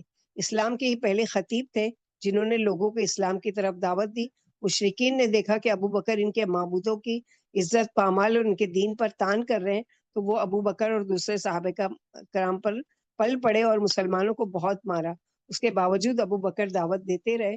مشرکین کے ایک گروہ نے انہیں گھیر لیا اور اس قدر مارا کہ آپ نڈال ہو کر زمین پر گر پڑے۔ اس وقت آپ ادھیڑ عمر میں تھے۔ ایک فاسق عتبہ بن ربیعہ آپ کے قریب آیا، وہ آپ کے سینے اور پیٹ کو روندنے لگا۔ اس نے آپ کے چہرے پر جوتے مارے، آپ کے چہرے کا گوشت پھٹ گیا اور خون بہنے لگا۔ چہرے سے ان کی شناخت مشکل ہو گئی، آپ بالکل بے ہوش ہو گئے۔ اتنے میں آپ کی قوم بنو تمیم کے لوگ یک کے بعد دیگرے آنے لگے. انہوں نے مشرکین کے ہجوم کو آپ سے پرے ہٹایا اور آپ کو کپڑے میں لپیٹ کر اٹھا لیا. وہ آپ کی زندگی سے نا امید ہو چکے تھے. وہ آپ کو گھر لے آئے. آپ کے والد محترم اور آپ کی قوم کے لوگ آپ کے سراہنے بیٹھ گئے. وہ آپ سے باتیں کرتے تھے لیکن آپ کو کوئی جواب نہیں دے پاتے. جب وہ دن چھپنے لگا تو آپ کو قدر افاقہ محسوس ہوا. آپ نے آنکھیں کھولی تو فوراً سب سے پہلے یہ پوچھا رسول اللہ صلی اللہ علیہ وسلم کا کیا بنا, مجھے ان کی خیریت سے آگاہ کرو. آپ کے والد غصے میں آ کر برا بھلا کہنے لگے, پھر وہاں سے چلے گئے. آپ کی والدہ محترمہ آپ کے پاس بیٹھ کر آپ کو کھلانے پلانے کی کوشش کرنے لگی, لیکن آپ بار بار یہی پوچھ رہے تھے کہ رسول اللہ صلی اللہ علیہ وسلم کا کیا بنا, مجھے ان کی خیریت سے مطلع کرو. ان کی والدہ نے کہا اللہ کی قسم مجھے کچھ معلوم نہیں. ابو بکر رضی اللہ عنہ نے کہا اما جان ذرا ام جمیل بنت خطاب کے پاس جائیے اور ان سے اللہ کے رسول صلی اللہ علیہ وسلم کے حالات معلوم کر کے آئیے. ام جمیل اسلام لے آئی تھی لیکن اپنے اسلام کو چھپائے رکھتی تھی. ابو بکر کی والدہ ان کے پاس پہنچی اور کہا ابو بکر رضی اللہ عنہ نے مجھے تمہارے پاس بھیجا ہے. وہ کہتا ہے کہ محمد بن عبداللہ کا کیا حال ہے. ام جمیل کو خطرہ لاحق ہو گیا کہیں یہ لوگ میرے اسلام قبول کرنے کی خبر نہ پھیلا دے. انہوں نے انجان بنتے ہوئے کہا میں ابو بکر کو جانتی ہوں نہ محمد صلی اللہ علیہ وسلم کو. اگر آپ پسند کرتی ہیں کہ میں آپ کے ساتھ آپ کے بیٹے کے پاس جاؤں تو میں تیار ہوں. ابو بکر رضی اللہ عنہ کی والدہ نے کہا کیوں نہیں, ضرور آئیے, میرے ساتھ چلیے. وہ دونوں ابو بکر رضی اللہ عنہ کے پاس آئی تو ام جمیل نے آپ کو زخموں سے چور پایا. آپ کا چہرہ شدید زخمی تھا. کوئی دیکھ کر رونے لگی اور کہا اللہ کی قسم ظالموں نے اپنے کفر و فسق کی وجہ سے تمہارے ساتھ یہ سلوک کیا ہے, لیکن مجھے اللہ سے امید ہے کہ وہ ان سے ضرور تمہارا بدلہ لیں گے. ابو بکر رضی اللہ عنہ ام جمیل کی طرف متوجہ ہوئے اور پوچھنے لگے ام جمیل مجھے بتاؤ کہ اللہ کے رسول صلی اللہ علیہ وسلم کا کیا حال ہے. ام جمیل نے آپ کی والدہ کی طرف دیکھا. وہ ابھی تک مسلمان نہیں ہوئے تھے. انہیں ڈر لاحق ہوا کہ کہیں یہ کافر کو مسلمانوں کے راز نہ بتا دیں. ام جمیل نے ابو بکر سے کہا آپ کی والدہ ہماری باتیں سن رہی ہے. آپ نے کہا تمہیں کوئی خطرہ نہیں ہے, بے فکری سے بات کرو. انہوں نے بتایا کہ اللہ کے رسول بالکل صحیح سالم ہے اور ابن ارقم کے گھر میں تشریف فرما ہے. آپ کی والدہ نے کہا اب تو تمہیں اپنے ساتھی کی خیریت معلوم ہو گئی, اب تو کچھ کھا پی لو. لیکن ابو بکر صدیق نے کہا اللہ کی قسم میں اس وقت تک کچھ نہیں کھاؤں گا پیوں گا جب تک اللہ کے رسول صلی اللہ علیہ وسلم کو اپنی آنکھوں سے نہ دیکھ لوں. انہوں نے اپنے آپ کو روکے رکھا. جب رات چھا گئی اور لوگ سو گئے تو ابو بکر رضی اللہ عنہ نے کھڑے ہونے کی کوشش کی لیکن خون بہنے کی وجہ سے بہت کمزور ہو چکے تھے. ام جمیل اور آپ کی والدہ آپ کو سہارا دے کر اللہ کے رسول کے پاس لے آئیں. جب اللہ کے رسول نے آپ کو دیکھا تو سینے سے چمٹا لیا اور بوسہ دینے لگے. نبی کریم صلی اللہ علیہ وسلم کو آپ کی حالت زار دیکھ کر بڑا ترس آیا اور صحابہ کرام بھی بہت رنجیدہ ہوئے. ابو بکر رضی اللہ عنہ کہنے لگے اللہ کے رسول میرے ماں باپ آپ پر قربان, مجھے کوئی تکلیف نہیں, صرف چہرے کی چوٹ تکلیف دے رہی ہے جو اس فاسق عتبہ بن ربیعہ نے لگائی ہے. پھر ابو بکر رضی اللہ عنہ نے کہا اللہ کے رسول یہ میری والدہ محترمہ یہ مجھ سے بہت ہی اچھا سلوک کرتی ہیں. آپ مبارک شخصیت ہیں, انہیں اللہ کی طرف دعوت دیجیے اور ان کے لیے دعا بھی فرمائیے. امید ہے کہ اللہ انہیں آپ کے ذریعے سے جہنم کی آگ سے بچا لیں گے. اللہ کے رسول نے اللہ سے دعا کی, پھر انہیں اسلام کی دعوت دی تو وہ بھی مسلمان ہو گئی. ابو بکر صدیق رضی اللہ عنہ صبر استقامت کے اس پہاڑ کی طرف دیکھیں جنہیں لوگ ابو بکر صدیق کے نام نامی سے جانتے ہیں. وہ لوگوں کو اللہ کی طرف دعوت دیتے اور تبلیغ دین کا کیسا پرجوش ولولہ اور حوصلہ رکھتے تھے. مشرکین نے انہیں کتنا مارا حتیٰ کہ وہ بے ہوش ہو گئے اور جان کے لالے پڑ گئے. پھر بھی وہ جب وہ ہوش میں آتے تو انہیں اپنی کوئی فکر نہیں تھی. ان کی سب سے بڑی بے قراری اور بےتابی صرف یہ تھی کہ محمد صلی اللہ علیہ وسلم کی سال میں ہے. محبت و فدویت کی ایسی مثال کہاں ملے گی. وہ زخموں سے چور تھے, کھڑے ہونے کی سکت بھی نہیں تھی, پھر بھی انہیں اللہ کے دین کی دعوت دینے کا اور تبلیغ کا کیسا بےتاب شوق تھا کہ اپنی والدہ ماجدہ کے مسلمان ہو جانے کے لیے اللہ کے رسول سے دعا کرنے کی مردانہ درخواست کی اور وہ اللہ کے فضل و کرم سے مسلمان ہو گئی. اب ہم اپنے دل سے پوچھیں ہم نے اسلام کے لیے کیا کبھی کچھ ایسی قربانی دی ہے؟ کتنے لوگ ہمارے ذریعے سے ہدایت یافتہ ہوئے ہیں؟ کیا ہم نے اللہ کے راستے میں تکلیفیں برداشت کی ہے؟ کیا ہم امر بالمعروف اور نہی عن المنکر کا فریضہ ادا کر رہے ہیں؟ سب سے پہلے اپنی ذاتی زندگی پر نظر ڈالیں. کیا ہم اللہ رب العزت کے حکموں کو ٹھیک ٹھیک محمد الرسول اللہ صلی اللہ علیہ وسلم کے مبارک طریقوں کے مطابق پورا کرتے ہیں؟ کیا ہم اپنے بیوی بچوں اور رشتہ داروں اور دوست و احباب کو رب ذوالجلال کی عظمتوں اور سید المرسلین کے منور اعمال سے روشناس کراتے ہیں؟ کیا ہم اپنے گلی کوچے اور اپنے معاشرے کے گم کردہ انسانوں کو اطیع اللہ و اطیع الرسول کا سبق سکھاتے ہیں. رسالت مآب دور دور تک جاتے تھے اور ایک ایک فرد ایک ایک قبیلے کو اللہ کی بندگی کی دعوت دیتے تھے. کیا ہم نے بھی اللہ کے دین کی تبلیغ کے لیے کبھی کوئی قدم بڑھایا؟ اللہ کی قسم ہر مسلمان پر فرض ہے کہ وہ دین حنیف کی تبلیغ کرے، لوگوں کو اللہ کے راستے کی طرف بلائے، اور اللہ اس کی مدد کریں گے اور اس کی زندگی کے سارے راستے اللہ تعالی ہموار کر دیں گے. شرط یہ کہ پہل کس کو کرنا پڑے گی؟ ہم کو کرنا پڑے گی، کچھ نہ کچھ کوشش ہم کو کرنا پڑے گی. اگلا جو واقعہ ہے وہ اس میں ہے کہ وہ کامیاب ہو گیا. کس طرح سے؟ ایک غریب نوجوان کا واقعہ ہے کہ ایک غریب نوجوان تھا، بھرپور جوانی کے عالم میں بھی اللہ کا ڈر اس کے رگ و ریشے میں سمایا ہوا تھا. وہ ہر وقت اللہ کے ذکر میں مشغول رہتا. شیطان اس پر ہر طرح کے داؤ پیش لڑاتا، لیکن اسے اللہ کی مدد حاصل تھی. وہ رزق حلال کمانے کے لیے گلیوں میں سودا سلف بیچتا تھا، یعنی پھیری والا تھا. ایک دفعہ اسے ایک ایسی عورت کا سامنا کرنا پڑا جسے حلال و حرام کی کوئی تمیز نہیں تھی. وہ حرام کا ارتکاب کرتے ہوئے ذرا بھی جھجک محسوس نہیں کرتی تھی. یہ نوجوان اس کے گھر کے سامنے اپنا سامان لے کر پہنچا. اس نے دروازے کی اوٹ سے جھانکا، پھر اس نوجوان کو بلایا اور کہا، ذرا اپنا سامان لے کر اندر آؤ، میں دیکھنا چاہتی ہوں. جب وہ اندر داخل ہوا تو اس نے دروازہ بند کر لیا، پھر اسے حرام کے ارتکاب کی ترغیب دی. نوجوان چلائے، معاذ اللہ، اللہ کی پناہ میں اس گھناؤنے راستے کا راہی نہیں ہوں. اس فرشتہ صفت نوجوان نے یوم حساب کا تذکرہ کیا اور بتایا کہ یہاں کی تمام حرام لذتیں ختم ہو جائیں گی، حسرتیں ہی حسرتیں باقی رہ جائیں گی. اس دن انسان کے اعضاء جن کے ذریعے سے وہ لذتیں لیتا رہا، اللہ کی نافرمانی کرتا رہا، وہی اس کے خلاف گواہی دیں گے. ٹانگیں گواہی دیں گے، اللہ یہ ہم پر چل کر تیری نافرمانی کے لیے گیا تھا. ہاتھ گواہی دے گا، اللہ اس نے میرے ذریعے تیری حرام کردہ چیزیں تھامی تھی. زبان بولے گی، انگ انگ گناہگار کے خلاف گواہی دے گا. پھر اس نے جہنم کی آگ اور اللہ کے عذاب سے ڈرایا اور بتایا کہ قیامت والے دن زنا کرنے والے لوگ جہنم میں الٹے لٹکائے جائیں گے. ان پر لوہے کے کوڑے برسائے جائیں گے.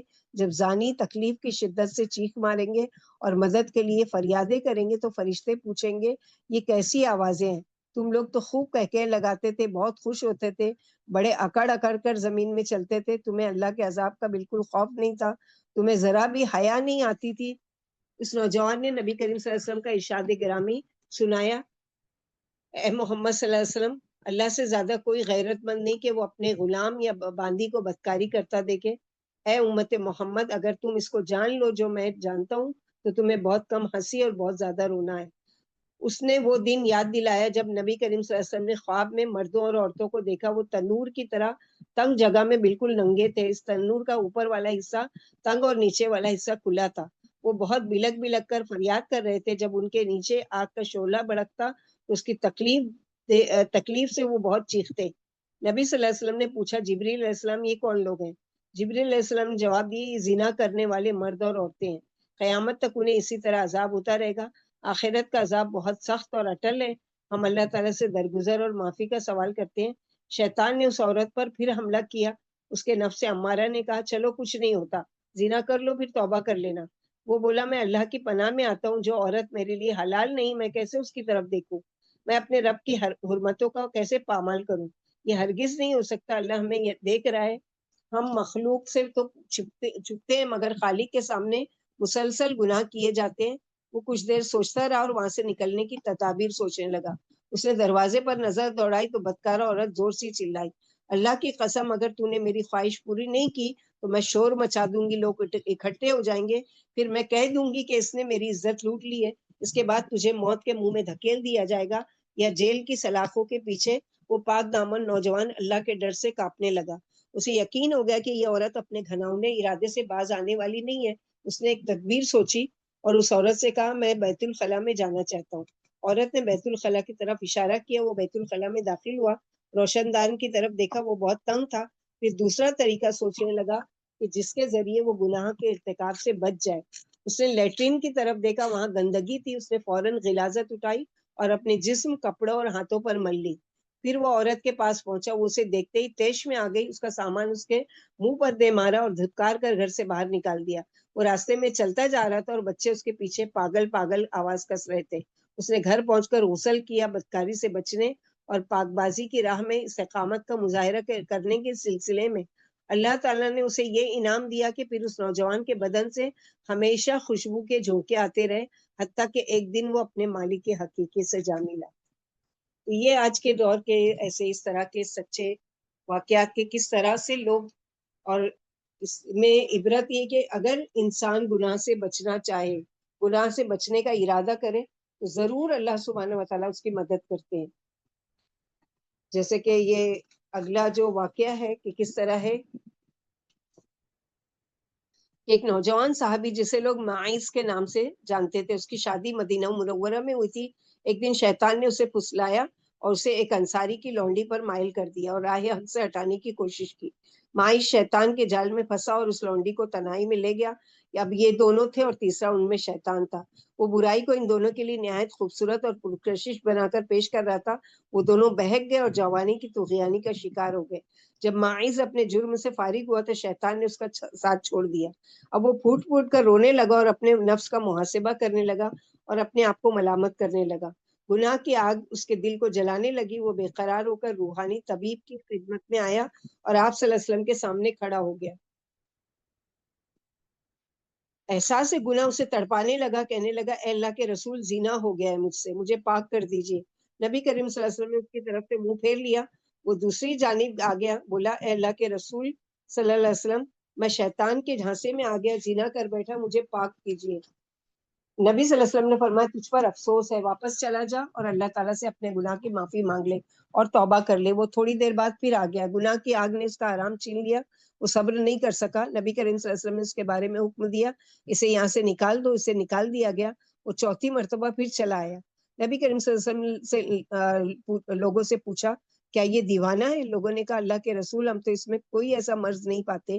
آپ نے فرمایا شاید اس نے شراب پی ہوئی ہے اس لیے ایسی حرکتیں کر رہا ہے۔ ایک آدمی کھڑا ہوا، اس نے مائز کا منہ سونگا، اسے شراب کی کوئی بو محسوس نہیں ہوئی۔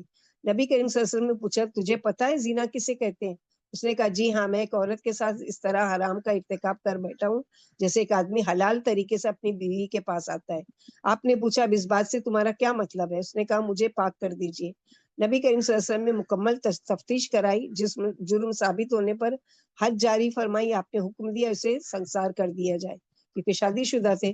جب اس کی نماز جنازہ پڑھی گئی اور اسے دفن کر دیا گیا تو نبی کریم صلی اللہ علیہ وسلم دو آدمیوں کے پاس سے گزرے۔ وہ آپس میں باتیں کر رہے تھے کہ دیکھو اس آدمی پر اللہ نے پردہ ڈالا تھا لیکن اس نے اپنے آپ کو خود ہی ہلاکت میں ڈال دیا، حتیٰ کہ اسے پتھر مار مار کر یوں ہلاک کر دیا گیا جیسے کتے مار دیے جاتے ہیں۔ نبی کریم صلی اللہ علیہ وسلم خاموش ہو گئے، پھر تھوڑا سا چلے، آگے ایک مردہ گدھا پڑا ہوا تھا، اسے دھوپ نے جلا دیا تھا اور وہ پھول گیا تھا۔ جب نبی صلی اللہ علیہ وسلم نے اس گدھے کو دیکھا تو پوچھا فلاں آدمی کدھر ہے؟ وہ دونوں بولے اللہ کے رسول ہم یہاں ہیں۔ آپ نے فرمایا اترو اور اس گدھے کا گوشت کھاؤ۔ وہ حیران ہو کر بولے اللہ کے نبی بھلا اسے کون کھا سکتا ہے؟ آپ نے فرمایا ابھی ابھی جو تم نے اپنے بھائی کی عزت پامال کر رہے تھے وہ اس گدھے کو کھانے سے بھی زیادہ بدتر ہے۔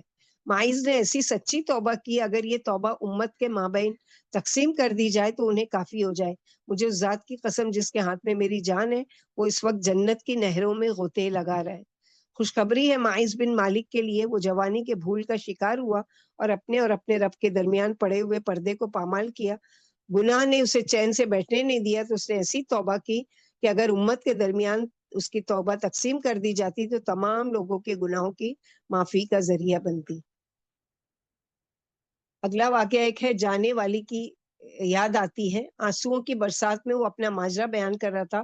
اس کی بوڑھی ماں اس سے بڑی دلی محبت کرتی تھی لیکن اس کا رویہ اس کے برعکس تھا۔ ماں نے بڑا روکا کہ بیٹا تم ادھر رہ کر ہی تعلیم حاصل کر لو، یہاں ہر طرح کی سہولتیں موجود ہیں، میری آنکھوں سے دور مت جاؤ۔ وہ کھڑکی میں کھڑی اشکبار آنکھوں سے مجھے دیکھ رہی تھی اور اپنے کمزور کانپتے ہوئے ہاتھ لہرا رہی تھی۔ میں کھڑا ہو کر اس کی طرف دیکھنے لگا، اس کی سسکیاں مجھے سنائی دے رہی تھی لیکن گناہوں نے میرے دل کو اس قدر سخت کر دیا تھا کہ اس کی آہ و بکا کا میرے دل پر ذرا بھی اثر نہ ہوا۔ میں نے اس کی تمام تر ہمدردی اور محبتوں کو پسے پشت ڈال دیا اور اس کے اسرار کے باوجود اپنے شہر میں تعلیم حاصل کرنے سے انکار کر دیا۔ دنیا کی رنگینیاں میرے دل و دماغ پر پوری طرح چھا گئی تھی۔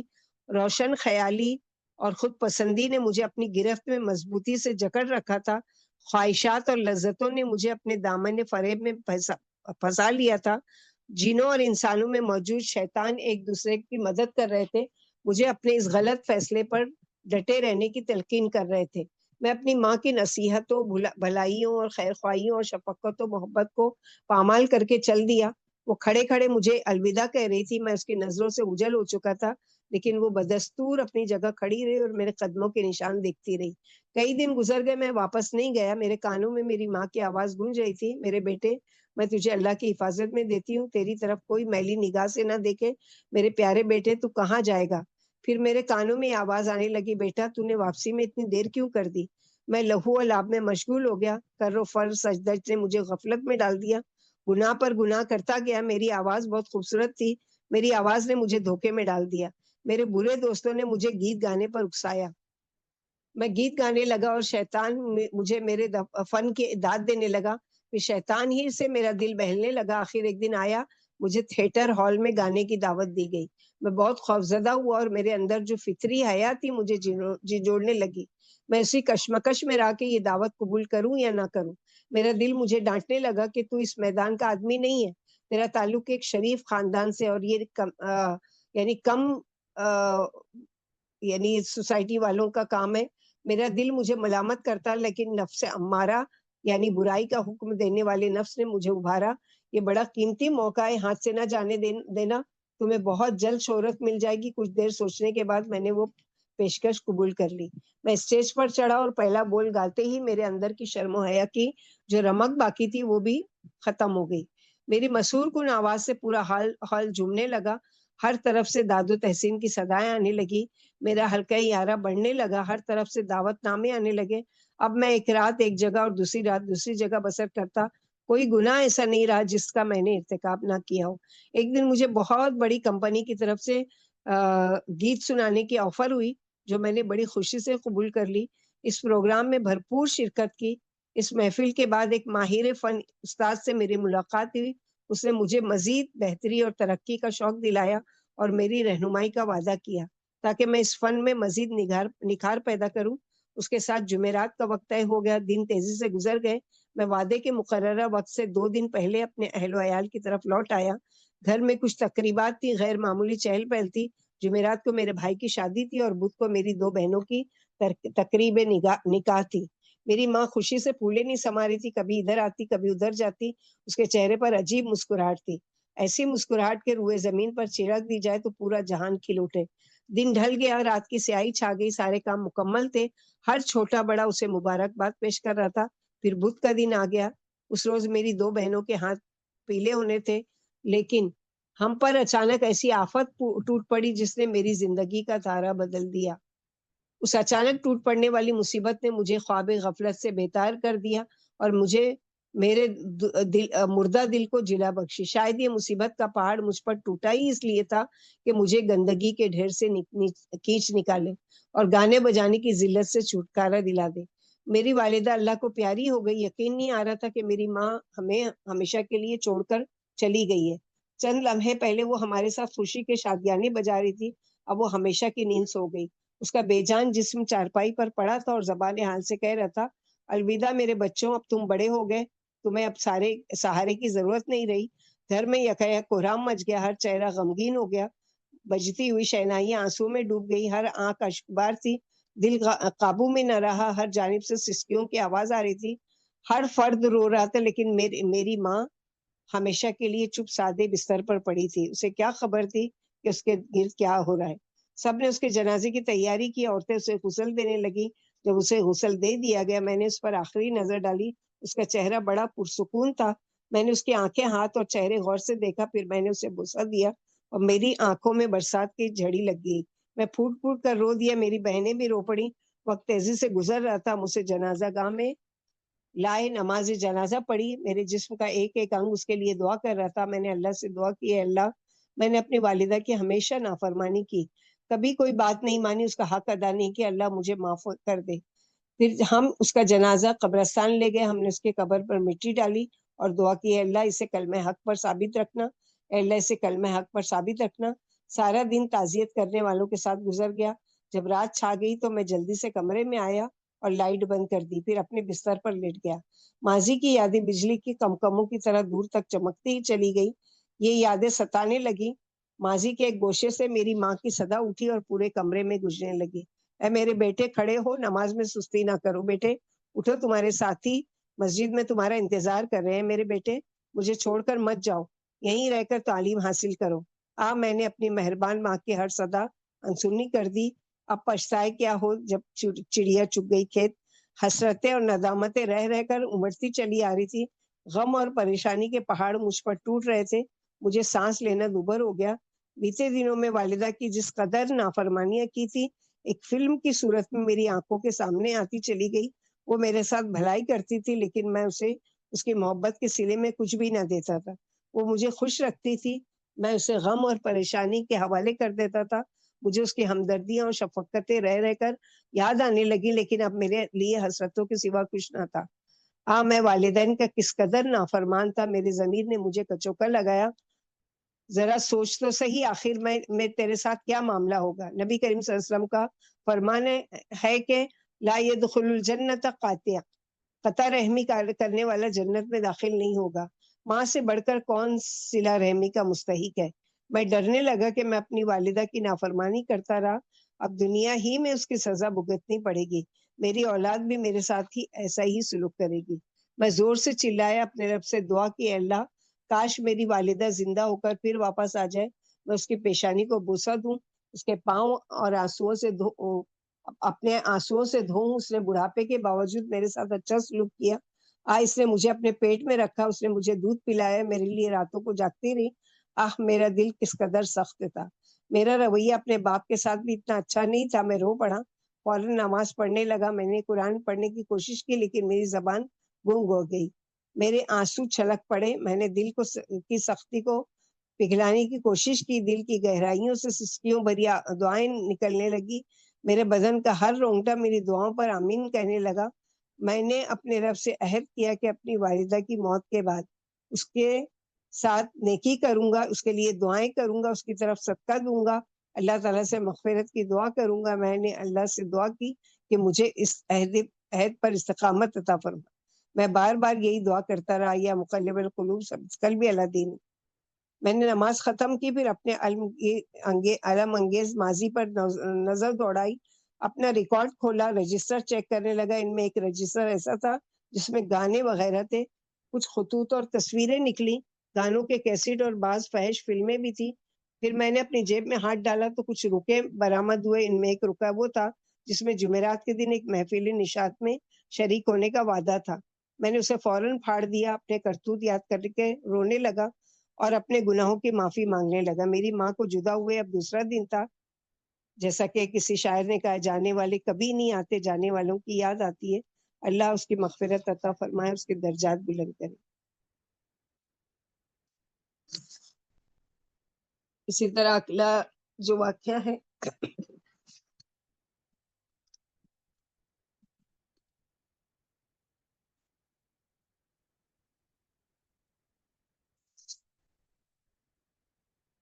سچائی کی تلاش میں۔ سلمان فارسی اپنے ایمان لانے کا قصہ خود سناتے ہیں۔ وہ کہتے ہیں، میں اصفہان میں اپنے والد کے ساتھ رہتا تھا۔ میرے والد بستی کے تجربہ کار زمیندار اور چودھری تھے۔ انہوں نے مجھے مجوسیت میں اس قدر پکا کر دیا تھا کہ مجوسیوں کے آتش کدے میں آگ جلانے کی ذمہ داری بھی مجھی کو سونپ دی۔ چنانچہ میں مجوسیوں کے لیے آگ سلگایا کرتا تھا اور آگ مسلسل جلتی رہتی تھی، لمحہ بھر کے لیے بھی نہیں بجھ پاتی تھی۔ ایک روز میرے والد نے مجھے اپنی ایک جاگیر کی رکھوالی کے لیے بھیجا اور کہا، اپنی ذمہ داری دھیان سے ادا کرنا اور جلدی واپس آ جانا، میں تمہارے بغیر اداس ہو جاتا ہوں۔ میں جاگیر کی طرف جانے کے لیے گھر سے نکلا۔ میرا گزر عیسائیوں کے ایک گرجا گھر کے پاس سے ہوا۔ وہاں لوگوں کی آوازیں سنائی دی جو اپنی عبادت میں مشغول تھے۔ میں نے ان لوگوں کو دیکھا تو دیکھتا ہی رہ گیا، حتیٰ کہ پورا دن بیت گیا۔ ان کی عبادت مجھے اچھی لگی، اس میں کشش محسوس ہوئی۔ میں نے دل ہی دل میں کہا کہ اللہ کی قسم، یہ دین ہمارے دین کے مقابلے میں بہت اچھا ہے۔ میں نے ان عیسائیوں سے پوچھا، میں تمہارے دین کی تعلیم کہاں پا سکتا ہوں؟ انہوں نے بتایا، ملک شام میں۔ جب میں شام کے وقت اپنے والد کے پاس پہنچا، انہوں نے مجھ سے پوچھا کہاں تھے؟ میں نے انہیں پوری داستان کہہ سنائی۔ میرے والد نے میری بات سننے کے بعد مجھے لوہے کی زنجیر سے باندھ دیا۔ انہیں یہ خوف دامن گیر ہو گیا کہ مبادا میں دین مجوس سے مرتد نہ ہو جاؤں۔ میں نے اس معاملے کی اطلاع عیسائیوں کو بھیج دی اور یہ بھی کہلوایا کہ جب تمہارے پاس ملک شام سے کوئی قافلہ آئے تو مجھے آگاہ کر دینا۔ قافلہ آیا تو انہوں نے مجھے خبر دی. قافلے کی واپسی کا وقت آن پہنچا تو میں کسی نہ کسی طرح آہینی زنجیر کی گرفت سے نکل بھاگا اور قافلے میں شامل ہو گیا. ملک شام پہنچا تو میں نے وہاں کے باشندوں سے پوچھا اس دین مسیحی کا سب سے بڑا عالم کون ہے. لوگوں نے مجھے گرجا گھر کے بشپ کا پتہ بتایا. بشپ بڑا پادری ہوتا ہے جس کا درجہ قسیس سے اوپر اور متران سے نیچے ہوتا ہے. میں اس پادری کے پاس گیا اور کہا مجھے آپ لوگوں کا دین پسند ہے, میری تمنا ہے کہ آپ کے ساتھ رہوں, گرجا گھر کے اندر آپ کی خدمت کا شرف حاصل کروں, آپ کے علم و فضل سے مستفید ہوں, آپ کے ساتھ عبادت کیا کروں. پادری نے کہا میری صحبت اختیار کر لو, کوئی حرج نہیں ہے. میں اس پادری کے پاس رہنے لگا. جلدی اندازہ ہو گیا کہ وہ پادری بڑا مطلب پرست ہے اور بہت برا آدمی ہے. وہ لوگوں کو صدقہ و خیرات کا حکم دیتا, صدقے کی خوب ترغیب دلاتا, اور جب لوگ اس کی خدمت میں صدقہ و خیرات کا مال اکٹھا کر دیتے تو وہ سارا مال خود ہڑپ کر لیتا, مسکینوں اور فقیروں کو اس میں سے کچھ بھی نہیں دیتا تھا. اس نے لوگوں کے صدقات و خیرات سے اپنے لیے 7 سرائیوں میں سونا چاندی اکٹھا کر رکھا تھا. میں اس کی خیانت اور زر پرستی دیکھ کر اسے بڑا نالا رہا کرتا تھا اور اسے سخت نفرت کی نگاہ سے دیکھتا تھا. قضاء و قدر نے خود ہی فیصلہ کر دیا اور کچھ دنوں کے بعد مر گیا. جب اس کے کفن دفن کے لیے عیسائی لوگ اکٹھے ہوئے تو میں نے انہیں اصل حقیقت بتائی کہ یہ لارڈ پادری اچھا آدمی نہیں تھا جیسا کہ اس کے بارے میں تم لوگوں کا خیال ہے, بلکہ یہ تو نہایت گھٹیا انسان تھا. یہ تم لوگوں کو صدقہ و خیرات کا حکم دیتا تھا اور اس پر تمہیں ابھارتا رہتا تھا. جب تم لوگ اس کی خدمت میں مال اکٹھا کر دیتے تھے تو وہ سارا مال اپنے لیے ذخیرہ کر لیتا, اس میں سے فقراء و مساکین کو کچھ نہیں دیتا تھا. عیسائیوں نے میری بات سنی تو بڑے حیران ہوئے اور کہنے لگے اس الزام کا کوئی ثبوت ہے؟ میں نے انہیں ساتھ لیا اور پادری کا خزانہ دکھایا. انہوں نے سونے اور چاندی سے بھری ہوئی 7 سرائیاں دیکھی تو غضبناک ہو گئے اور کہنے لگے ہم اس بے ایمان کو ہرگز دفن نہیں کریں گے. چنانچہ انہوں نے اس پادری کو سولی پہ لٹکا دیا اور اس کی لاش پر نفرت سے پتھر برسائے. پھر اس کی جگہ دوسرے آدمی کو پادری بنا دیا گیا. میں نے اس نئے پادری کو بہت اچھا پایا. یہ دنیا سے بے نیاز, آخرت کا طلبگار اور دن رات کی گھڑیوں میں ہر آن نیکی کا خیال رکھنے والا شخص تھا. اس کے حسن کردار کی وجہ سے میں اس سے بہت محبت کرنے لگا اور مدت تک اس کے ساتھ چلتا رہا. جب اس کی وفات کا وقت آئے تو میں نے درخواست کی میں آپ کی خدمت میں ایک عرصے سے ہوں, آپ سے مجھے شدید محبت ہے, لیکن آپ کو اللہ کا بلاوا آ چکا ہے. اب آپ مجھے کس کی خدمت میں حاضر ہونے کی نصیحت فرماتے ہیں اور میری بھلائی کے لیے کیا حکم دیتے ہیں؟ پادری نے جواب دیا میرے بچے, اللہ کی قسم لوگوں نے تباہی کا راستہ اختیار کر لیا اور اصل دین کو بدل ڈالا ہے. اس وقت روئے زمین پر مجھے کسی کے بارے میں علم نہیں جو ہماری طرح صحیح دین پر ہو. البتہ موصل شہر میں فلاں آدمی ہے, وہ ہماری طرح صحیح دین پر قائم ہے, تم وہاں چلے جاؤ اور اسی کے ساتھ رہو. پادری مر گیا تو میں موصل پہنچا اور جس آدمی کے بارے میں پادری نے خبر دی تھی اس کے ساتھ ہو لیا. میں نے دیکھا کہ یہ بھی بہت اچھا آدمی ہے, مگر کچھ ہی دنوں بعد وہ بھی فوت ہو گیا. اس کے مرنے کا وقت آیا تو میں نے گزارش کی فلاں پادری نے مجھے آپ کی خدمت میں حاضر ہونے کی وصیت کی تھی, چنانچہ میں حاضر ہوا. آپ کو اللہ کا بلاوا آ چکا ہے, آپ مجھے کس کی خدمت میں جانے کی وصیت فرمائیں گے اور میرے لیے آپ کا کیا حکم ہے؟ پادری نے کہا بیٹا اللہ کی قسم میں ایسے کسی آدمی کو نہیں جانتا جو ہماری طرح صحیح دین پر قائم ہو, البتہ نصیبین ترکی میں ایک آدمی ایسا ہے, اس کے پاس چلے جاؤ. اس پادری کا انتقال ہو گیا تو میں نصیبین کے پادری کے پاس پہنچا, اپنا تعارف کرایا, جو کچھ میرے گزشتہ دونوں پادریوں نے بتایا تھا اسے آگاہ کیا. پادری نے کہا ٹھیک ہے میرے پاس ٹھہر جاؤ. میں اس کے پاس رہنے لگا. فی الواقع میں نے اس سے پہلے دونوں پادریوں ہی کے دن پر پایا, لیکن تھوڑے ہی دن گزرے تھے کہ اس پر بھی عالم نظر طاری ہو گئی. میں نے کہا کہ فلاں پادری نے مجھے موصل کے پادری کی خدمت میں حاضر ہونے کا مشورہ دیا تھا. جب اس کی وفات ہونے لگی تو اس نے آپ کی خدمت میں حاضر ہونے کی ترغیب دی, چنانچہ میں آپ کے پاس کچھ دنوں تک رہا. اب جب کہ آپ کو بھی اللہ تعالیٰ کا بلاوا آ چکا ہے تو مجھے آپ کہاں جانے کی وصیت کریں گے اور مجھے کیا حکم دیں گے؟ پادری نے کہا بیٹے مجھے کسی ایسے شخص کے بارے میں علم نہیں جو ہماری طرح صحیح دین کا پیروکار ہو, البتہ روم موجودہ ترکی میں اموریہ کے علاقے میں ایک آدمی ایسا ہے, اگر چاہو تو اسی کے پاس چلے جاؤ کیونکہ وہ ہماری ہی طرح صحیح دین پر قائم ہے. اس پادری کا بھی انتقال ہو گیا. میں اموریہ کے پادری کی خدمت میں جا پہنچا اور اسے اپنی داستان سنائی. اس نے کہا ٹھیک ہے میرے پاس ٹھہرو. میں اس کے پاس رہنے لگا. یہ بھی بہت اچھا آدمی تھا. کچھ دنوں بعد اس کی وفات کا بھی وقت آن پہنچا. میں نے گزارش کی آپ مجھے کس بات کا حکم کرتے ہیں اور کس کی خدمت میں حاضر ہونے کی وصیت فرماتے ہیں؟ پادری نے جواب دیا، بیٹے اللہ کی قسم میرے علم میں کوئی شخص ایسا نہیں جو ہماری طرح صحیح دین پر قائم ہو اور جس کی طرف میں تمہاری رہنمائی کر سکوں۔ البتہ ایک نبی کے مبعوث ہونے کا وقت قریب آ گیا ہے، وہ دین ابراہیم کے ساتھ بھیجے جائیں گے اور سرزمین عرب میں ظاہر ہوں گے۔ وہ نبی دو خروں یعنی مدینہ کے دونوں جانب سیاہ پتھریلی زمین کے درمیان کھجوروں والی جگہ کی طرف ہجرت فرمائیں گے۔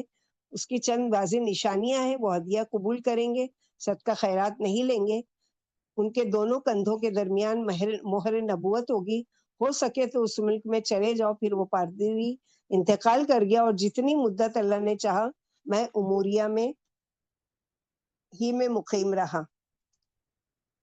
برادران اسلام غور فرمائیے کس قدر کٹھن، صبر آزما اور مشقت آمیز سفر تھا۔ یعنی یہ ایک کے پاس سے دوسرے کے پاس علم کی اور حق کی تلاش میں ایک دو دن کی بات تو نہیں تھی نا، کئی کئی سال لگائے ہوں گے ایک ایک کے پاس، جسے سلمان فارسی نے صرف حقیقت کی تلاش کے لیے طے کیا۔ دریاؤں کی موجیں، پہاڑوں کی چوٹیاں اور بے آب و گیا صحراؤں کی وسعتیں بھی ان کی جستجو صداقت پر غالب نہ آ سکی۔ سنسان جنگلوں کی پرخار جھاڑیوں سے گزرتے ہوئے انہوں نے کئی خطوں کو پار کیا۔ اس آبلا پائی کا مقصد اس کے سوا کچھ نہیں تھا کہ وہ دین حق کو پالے۔ مورخین نے لکھا ہے کہ سلمان فارسی نے طویل عمر پائی اور 3 مذاہب مجوسیت، نصرانیت اور اسلام کے تجربات حاصل کیے۔ ان کی اصل طلب اور تڑپ صرف یہ تھی کہ وہ صحیح دین ڈھونڈ لیں۔ صرف یہی مقصد تھا کہ جس کے لیے انہوں نے لمبے لمبے اور تھکا دینے والے کالے کوسوں کے سفر کیے، جن کا حال آپ پڑھ رہے تھے۔ جتنی مدت اللہ تعالیٰ کو منظور تھی وہ اموریہ میں ٹھہرے۔ اس کے بعد وہ اپنے پیر و مرشد پادری کی نصیحت کے مطابق رسول رحمت صلی اللہ علیہ وسلم کی تلاش و جستجو میں مدینہ منورہ کی طرف چل دیے۔ جو اندہ یا بندہ یعنی جو ڈھونڈتا ہے وہ پا لیتا ہے۔ بڑی صعوبتیں سہنے اور مسلسل تکودو کرنے کے بعد آخر کار بارگاہ رسالت میں آن پہنچے اور مسلمان ہو گئے۔ اس طرح وہ ایک جلیل القدر صحابی بنے اور اللہ تعالیٰ کے صحیفے خوشنودی میں ان کا نام ہمیشہ کے لیے درج کیا گیا۔ کچھ اور واقعات ہیں لیکن ہم کمپلیٹ نہیں کر پائیں گے، اس لیے اسی کو یہیں پر سلسلہ روکتے ہیں۔ انشاءاللہ باذن اللہ، اللہ تعالیٰ نے زندگی تھی تو اگلے ہفتے اس کو مکمل کریں گے اور ایک نئے ٹاپک کے ساتھ انشاءاللہ باذن اللہ۔ اللہ سبحانہ وتعالیٰ سے دعا ہے کہ اللہ تعالیٰ ہم لوگوں کو کہنے سننے سے زیادہ عمل کی توفیق عطا فرمائے۔ اللہ سبحانہ وتعالیٰ ہم لوگوں کو بھی گناہوں کے راستے سے بچا کر نیکیوں کے سفیر بنائے، کہ اللہ کی طرف ہم رجوع کریں، اللہ تعالیٰ کی طرف، اللہ کی خشیت، اللہ کا تقوی، اللہ کا ڈر، خوف، اللہ کی محبت ہم کو حاصل ہو، کہ اللہ کی محبت میں ہم انشاءاللہ دین حق پر استقامت کے ساتھ جمے رہیں اور اسی دین پر استقامت کے ساتھ رہتے ہوئے اس دنیا سے اللہ تعالیٰ ہم سب کو جانے کی توفیق عطا فرمائے۔ اللہ تعالیٰ ہم سب کی کوششوں کو قبول کرے۔ ہم سب کے لیے بھی جیسے ہم دوسروں کے عبرت ناک واقعات پڑھ رہے ہیں، اللہ سبحانہ وتعالیٰ ہم کو بھی دوسروں کے لیے بہترین عبرت کا ذریعہ بنائے، کہ لوگوں کے لیے ایک مثال قائم کرے انشاءاللہ باذن اللہ۔ ربنا تقبل منا انك انت السميع العليم وتب علينا انك انت التواب الرحيم۔ سبحان ربك رب العزة عما يصفون وسلام على المرسلين والحمد لله رب العالمين۔ سبحانك اللهم وبحمدك اشهد ان لا اله الا انت استغفرك واتوب اليك۔ السلام علیکم ورحمۃ اللہ وبرکاتہ۔